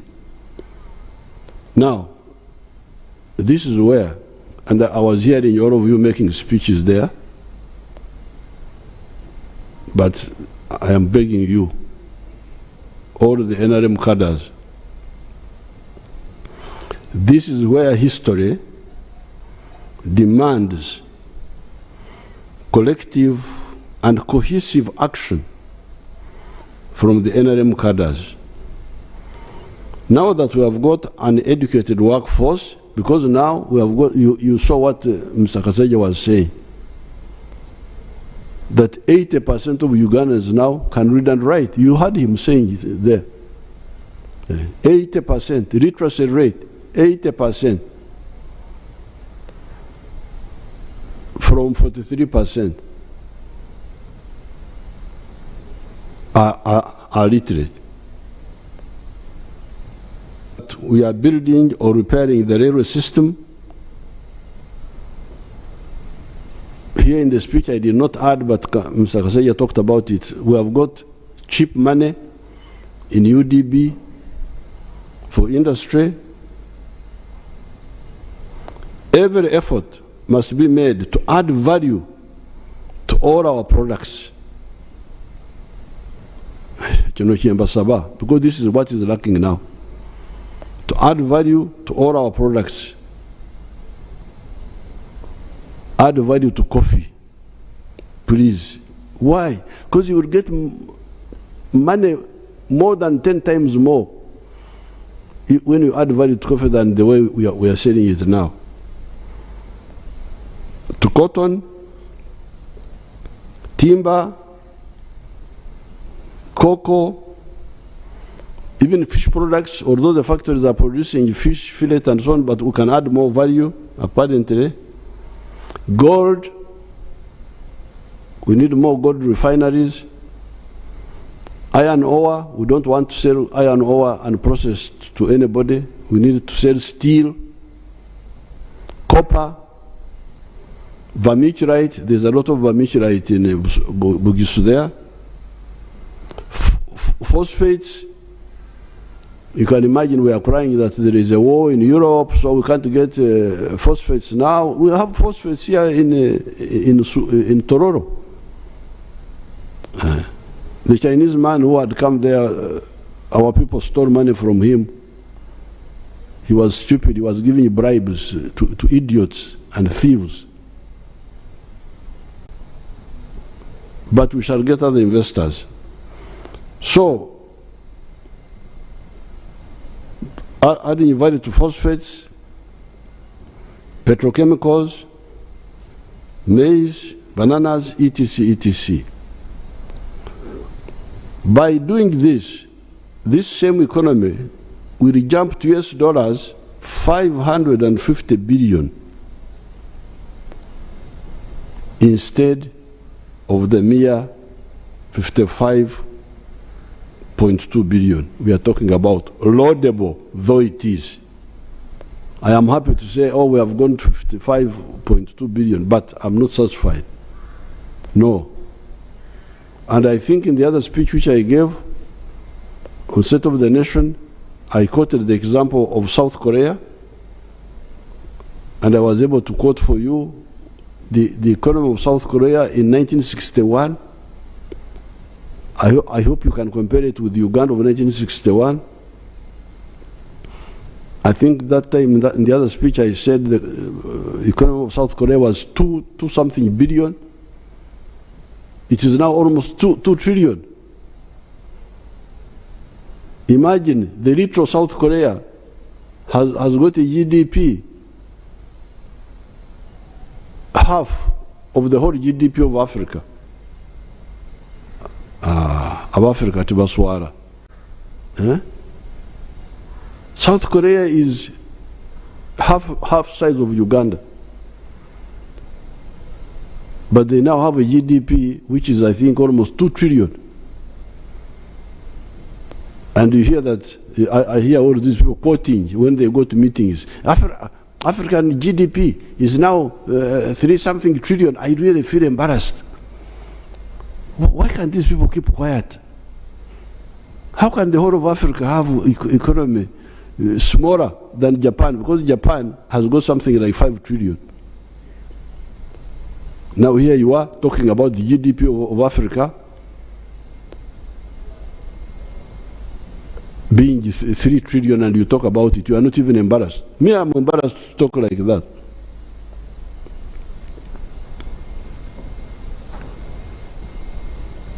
That's what I was telling the NRM MPs in Chankwanzi. You are talking of the oversight. Oversight. Okay, thank you very much. But is it in order to oversight backwardness? And you feel satisfied that I'm overseeing you backwardness? 39% of the people who are outside the money economy, coffee, raw material, which is 100% given away, free. We are not. You should talk of transformation. You should be transformation agents. So therefore, for me, I'm insisting. Why do I say that? And I would like anybody to challenge me after this. When I get out from this corona, I will be able to face anybody who wants a challenge. Why do I say this? It is because the 55.2 billion you are talking about dollars we are talking about presupposes only a quantitative expansion of our economy through creating more products. You grow more coffee, that's how you end up. You grow more maize, more raw materials, that's how you end up growing by 6%. The one Mr. Kaseja was talking about. But if instead of just growing coffee beans, if I process a kilo of coffee from bean to powder, instead of earning $2, I earn $40. What is that percentage now? No. I'm not ready to accept that. That slave plan of slavery for Africa. My envisioned economy of US dollars, 550 billion, acknowledges the already achieved goal of quantitative expansion. Grow more coffee, grow more maize, grow more what? Fantastic. But when you add value,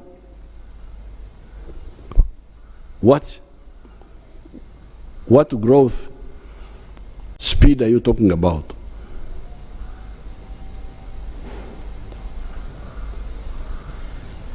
But adds another element.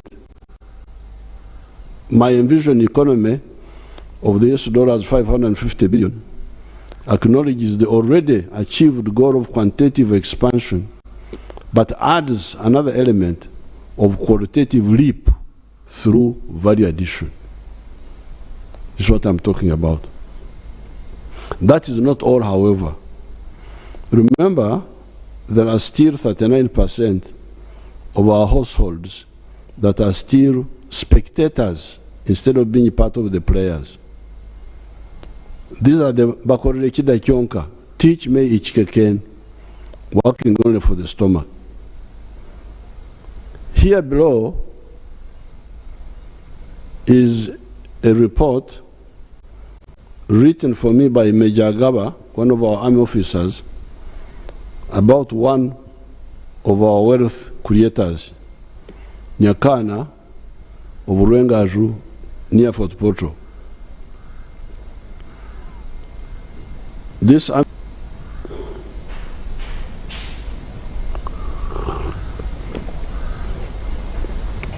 there with the cattle rustlers from Karamoja. These young cattle rustlers contacted me when I was in Baregi, and I met them and I said, okay, you think stealing cows is good? Let me show you how people who like cows do things. So I took them around to Fort Portal, to different places. Now this Major Gaba went with them. to Fort Portal and other places. When she came back, she wrote this simple report. The farm, the Nyakana's farm, even today, I think another huge group of cattle rustlers are there.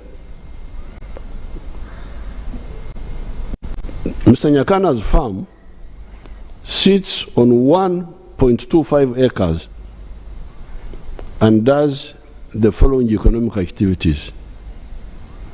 Number one, zero grazing. It has a total number of 6 cows, out of which 5 are lactating.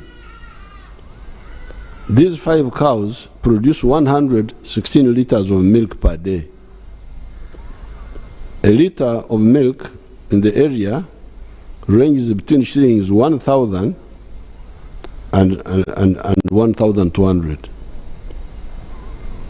Earnings, he sells 100 liters per day and spends 40,000 per day on their feeding. So that is 100 liters times 1,000 shillings, that's 100,000 shillings, minus 40,000 shillings expenditure. So his daily net income from cows is 60,000. This is net now. He has removed the costs. So daily 60,000 times 30 days, 1.8 million a month, times 12 months, 21.6 million from milk on 1 acre, 1.25 acres. Then his other enterprise was poultry, is poultry. He has got 7,500 birds. This is the language, of course, I don't use myself, because I don't call enkoko are not enyonyi. This we are of foreigners which you copy. Enyonyi is enyonyi, enkoko is enkoko. You can't say enkoko is enyonyi. You must be mad. You can't be from Africa here. I've even had some people calling cows animals. Animals. I feel like fighting. You cannot call my cows animals. They are cows. Ente is ente. Enyamaishwa is enyamaishwa. So please, deal with your foreigners, but don't bring your confusion to us. But now, she's the one who wrote this. That the Nyakana has got 7,500 birds, out of which 4,500 lay eggs. He collects 120 trays of eggs per day and sells each tray at 12,000 shillings. Earnings, 120 trays times 12,000 is 1.44 million per day. But feeding these hens, what they call birds, he spends 1 million for feeding the hens, and another 40,000 for labor costs. So out of the 1.44 minus 1 million for feeding, then minus 40,000 for labor costs, this therefore leaves him with 400,000 shillings as a daily net income from chicken.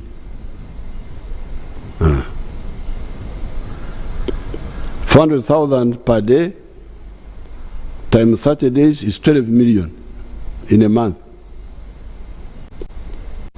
12 million times 12 months is 144 million net. This is somebody in the village.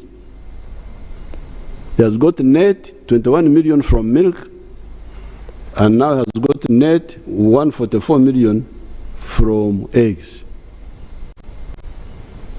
Then he also has feeds processing mini factory. He has feeds processing plant which produces feeds for cows and chicken and pigs. He also has got manure. He produces manure for his farm and also sells out to other people at shilling 600,000 per month. Then he produces also gas production. He produces a lot of gas from his farm and has plans of packing it in cylinders for sale. So I am going to get Major Gaba's report, put it properly in a glass cover, and put it in the Uganda Museum. Not my own speech, no, but what Agaba wrote for me. Because I want history to come and see what I've been telling you. What you can do from 1.25 acres. Because I'm tired of talking. As if I want you to come and clean my house or look after my cows. So I'll put it in the museum. Not my speech as a whole, but this report by Major Gawa, because she wrote it very well. That's how I put it in this speech. Nyakana now employs 15 people on this 1.25 acre farm. Some time ago, I pointed out that if 7 million 1 acre farmers created a mere 10 jobs each, not Nyakana's 15, would create 70 million jobs, more than the population of Uganda.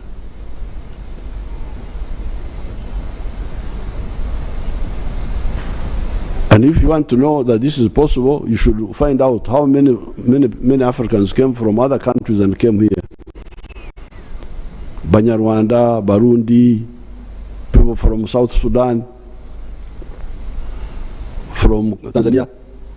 They came because of the few economic activities which were going on during the colonial times. Coffee, cotton, kajo, sugarcane. That's how they came. They came because the internal labor was not enough. The labor within Uganda was not enough. So these Africans from other areas had to come. So even now, if we implement this, we shall have so many jobs that the Ugandans will not be enough. Therefore, no games, please. No games, no delays, no corruption, no aloofness by leaders and officials in the issue of value addition, and no relenting on PDM and Emyoga. Uganda is unstoppable. Some people, when we tell them quietly, politely, they don't seem to get it.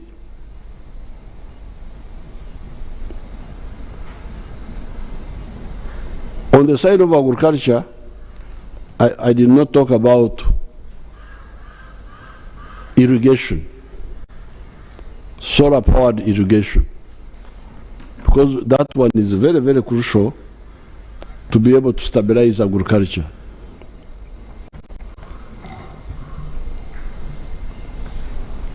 You had your budget, Ugandans, of Uganda shillings 52 trillion. While I support that budget because there is no other solution in the short run, it is important to know, Honorable Kasaija talked about it, but it should be highlighted, to know that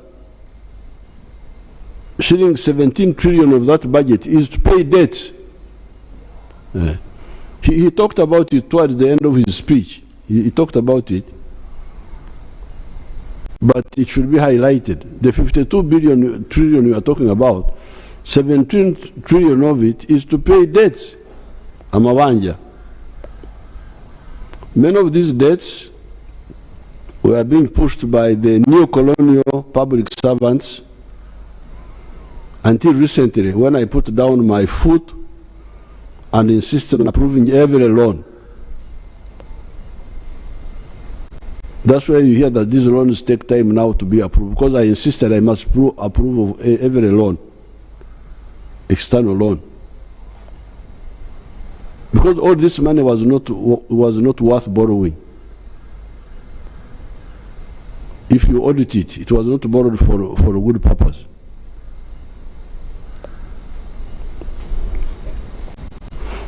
The way forward is that we should borrow less, and I'm glad the minister talked about that, or not to borrow at all.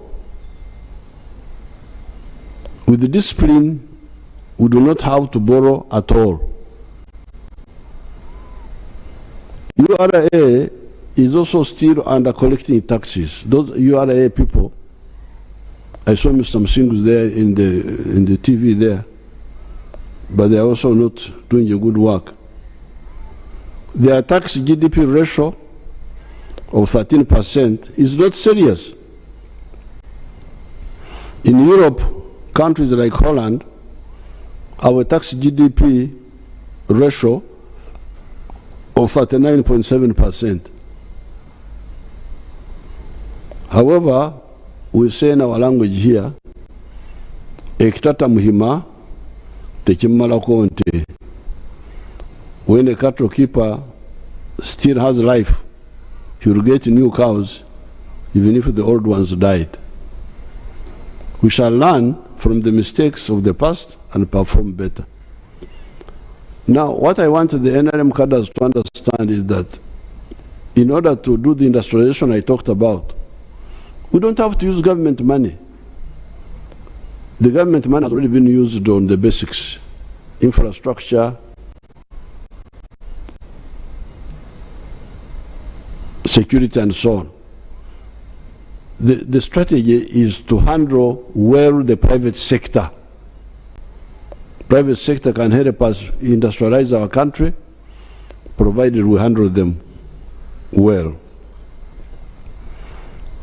I want to thank all the Ugandans who have been praying for me. I've been watching you praying for me at the National Chairman's office, Babaranda and Hadija Muzukuru, praying in All Saints Church, praying in signing the board here near the gate, and all the others who have been wishing me good luck. I appreciate really. It's good to know that I am not as bad as some people try to make me, and that there are Ugandans who appreciate. I also want to congratulate our people in Bukedea. What Right Honorable Speaker spoke about, I was following our guard there, a call, was elected as chairperson with a big majority after the death of the chairman, who was also NRM. I congratulate all those who are involved. I congratulate Right Honorable Anita Among, because she was she helped us a lot. It's not illegal for Speaker to have a clan. Is it in the Constitution that a Speaker must have no clan, including a political clan? So if it's not unconstitutional, then I want to salute her. And the NRM people who stood down, because there were NRM people who stood down for our call. So I thank you, and I wish everybody good luck. Next time when I come on the TV, I will talk about Corona, because now I am an expert, and I'm also a veteran of Corona. So you count me among the veterans. Thank you very much.